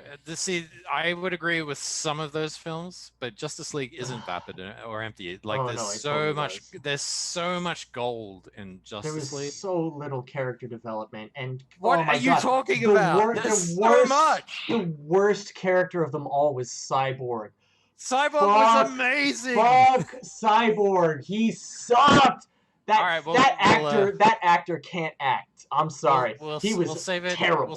We'll save it for Fridays. We might have to save that for another one where we can just bitch you'll at come each on- other. How dare you like and how you- dare you not like Zack Snyder? You can come on to. No, I mean, don't get me wrong. Zack Snyder's made some real fucking lemons. Don't get me wrong about that, right? But, Show me the non-lemons. Zack Snyder's Justice League. There you go. Not wrong. Anyway, we'll when you come on to the Fridays Refresher in a couple of weeks, Yeah. we'll talk about it. At Sounds length. good. Sounds that good. could be the whole stream. I'm looking but forward to it. I'm gonna go to bed, but you can sign off. Yeah. How about that? Yeah. All right. Where can people find you, Fresher? Well, you can't find me on Twitter because I locked my Twitter. But you do. There is my YouTube channel, so go subscribe to the Fresh Loop. All right. YouTube. Go find the Fresher stream, everybody. I'll be joining him at some point there. And thanks. I'll be drawing Pineapple Pizza Man. That'll be Awesome. Well, thanks for coming on, man. I really enjoyed it. mean- I hope everybody else enjoyed it. I had some fun. You can find me on Twitter at JoshAnimate. At JoshAnimator.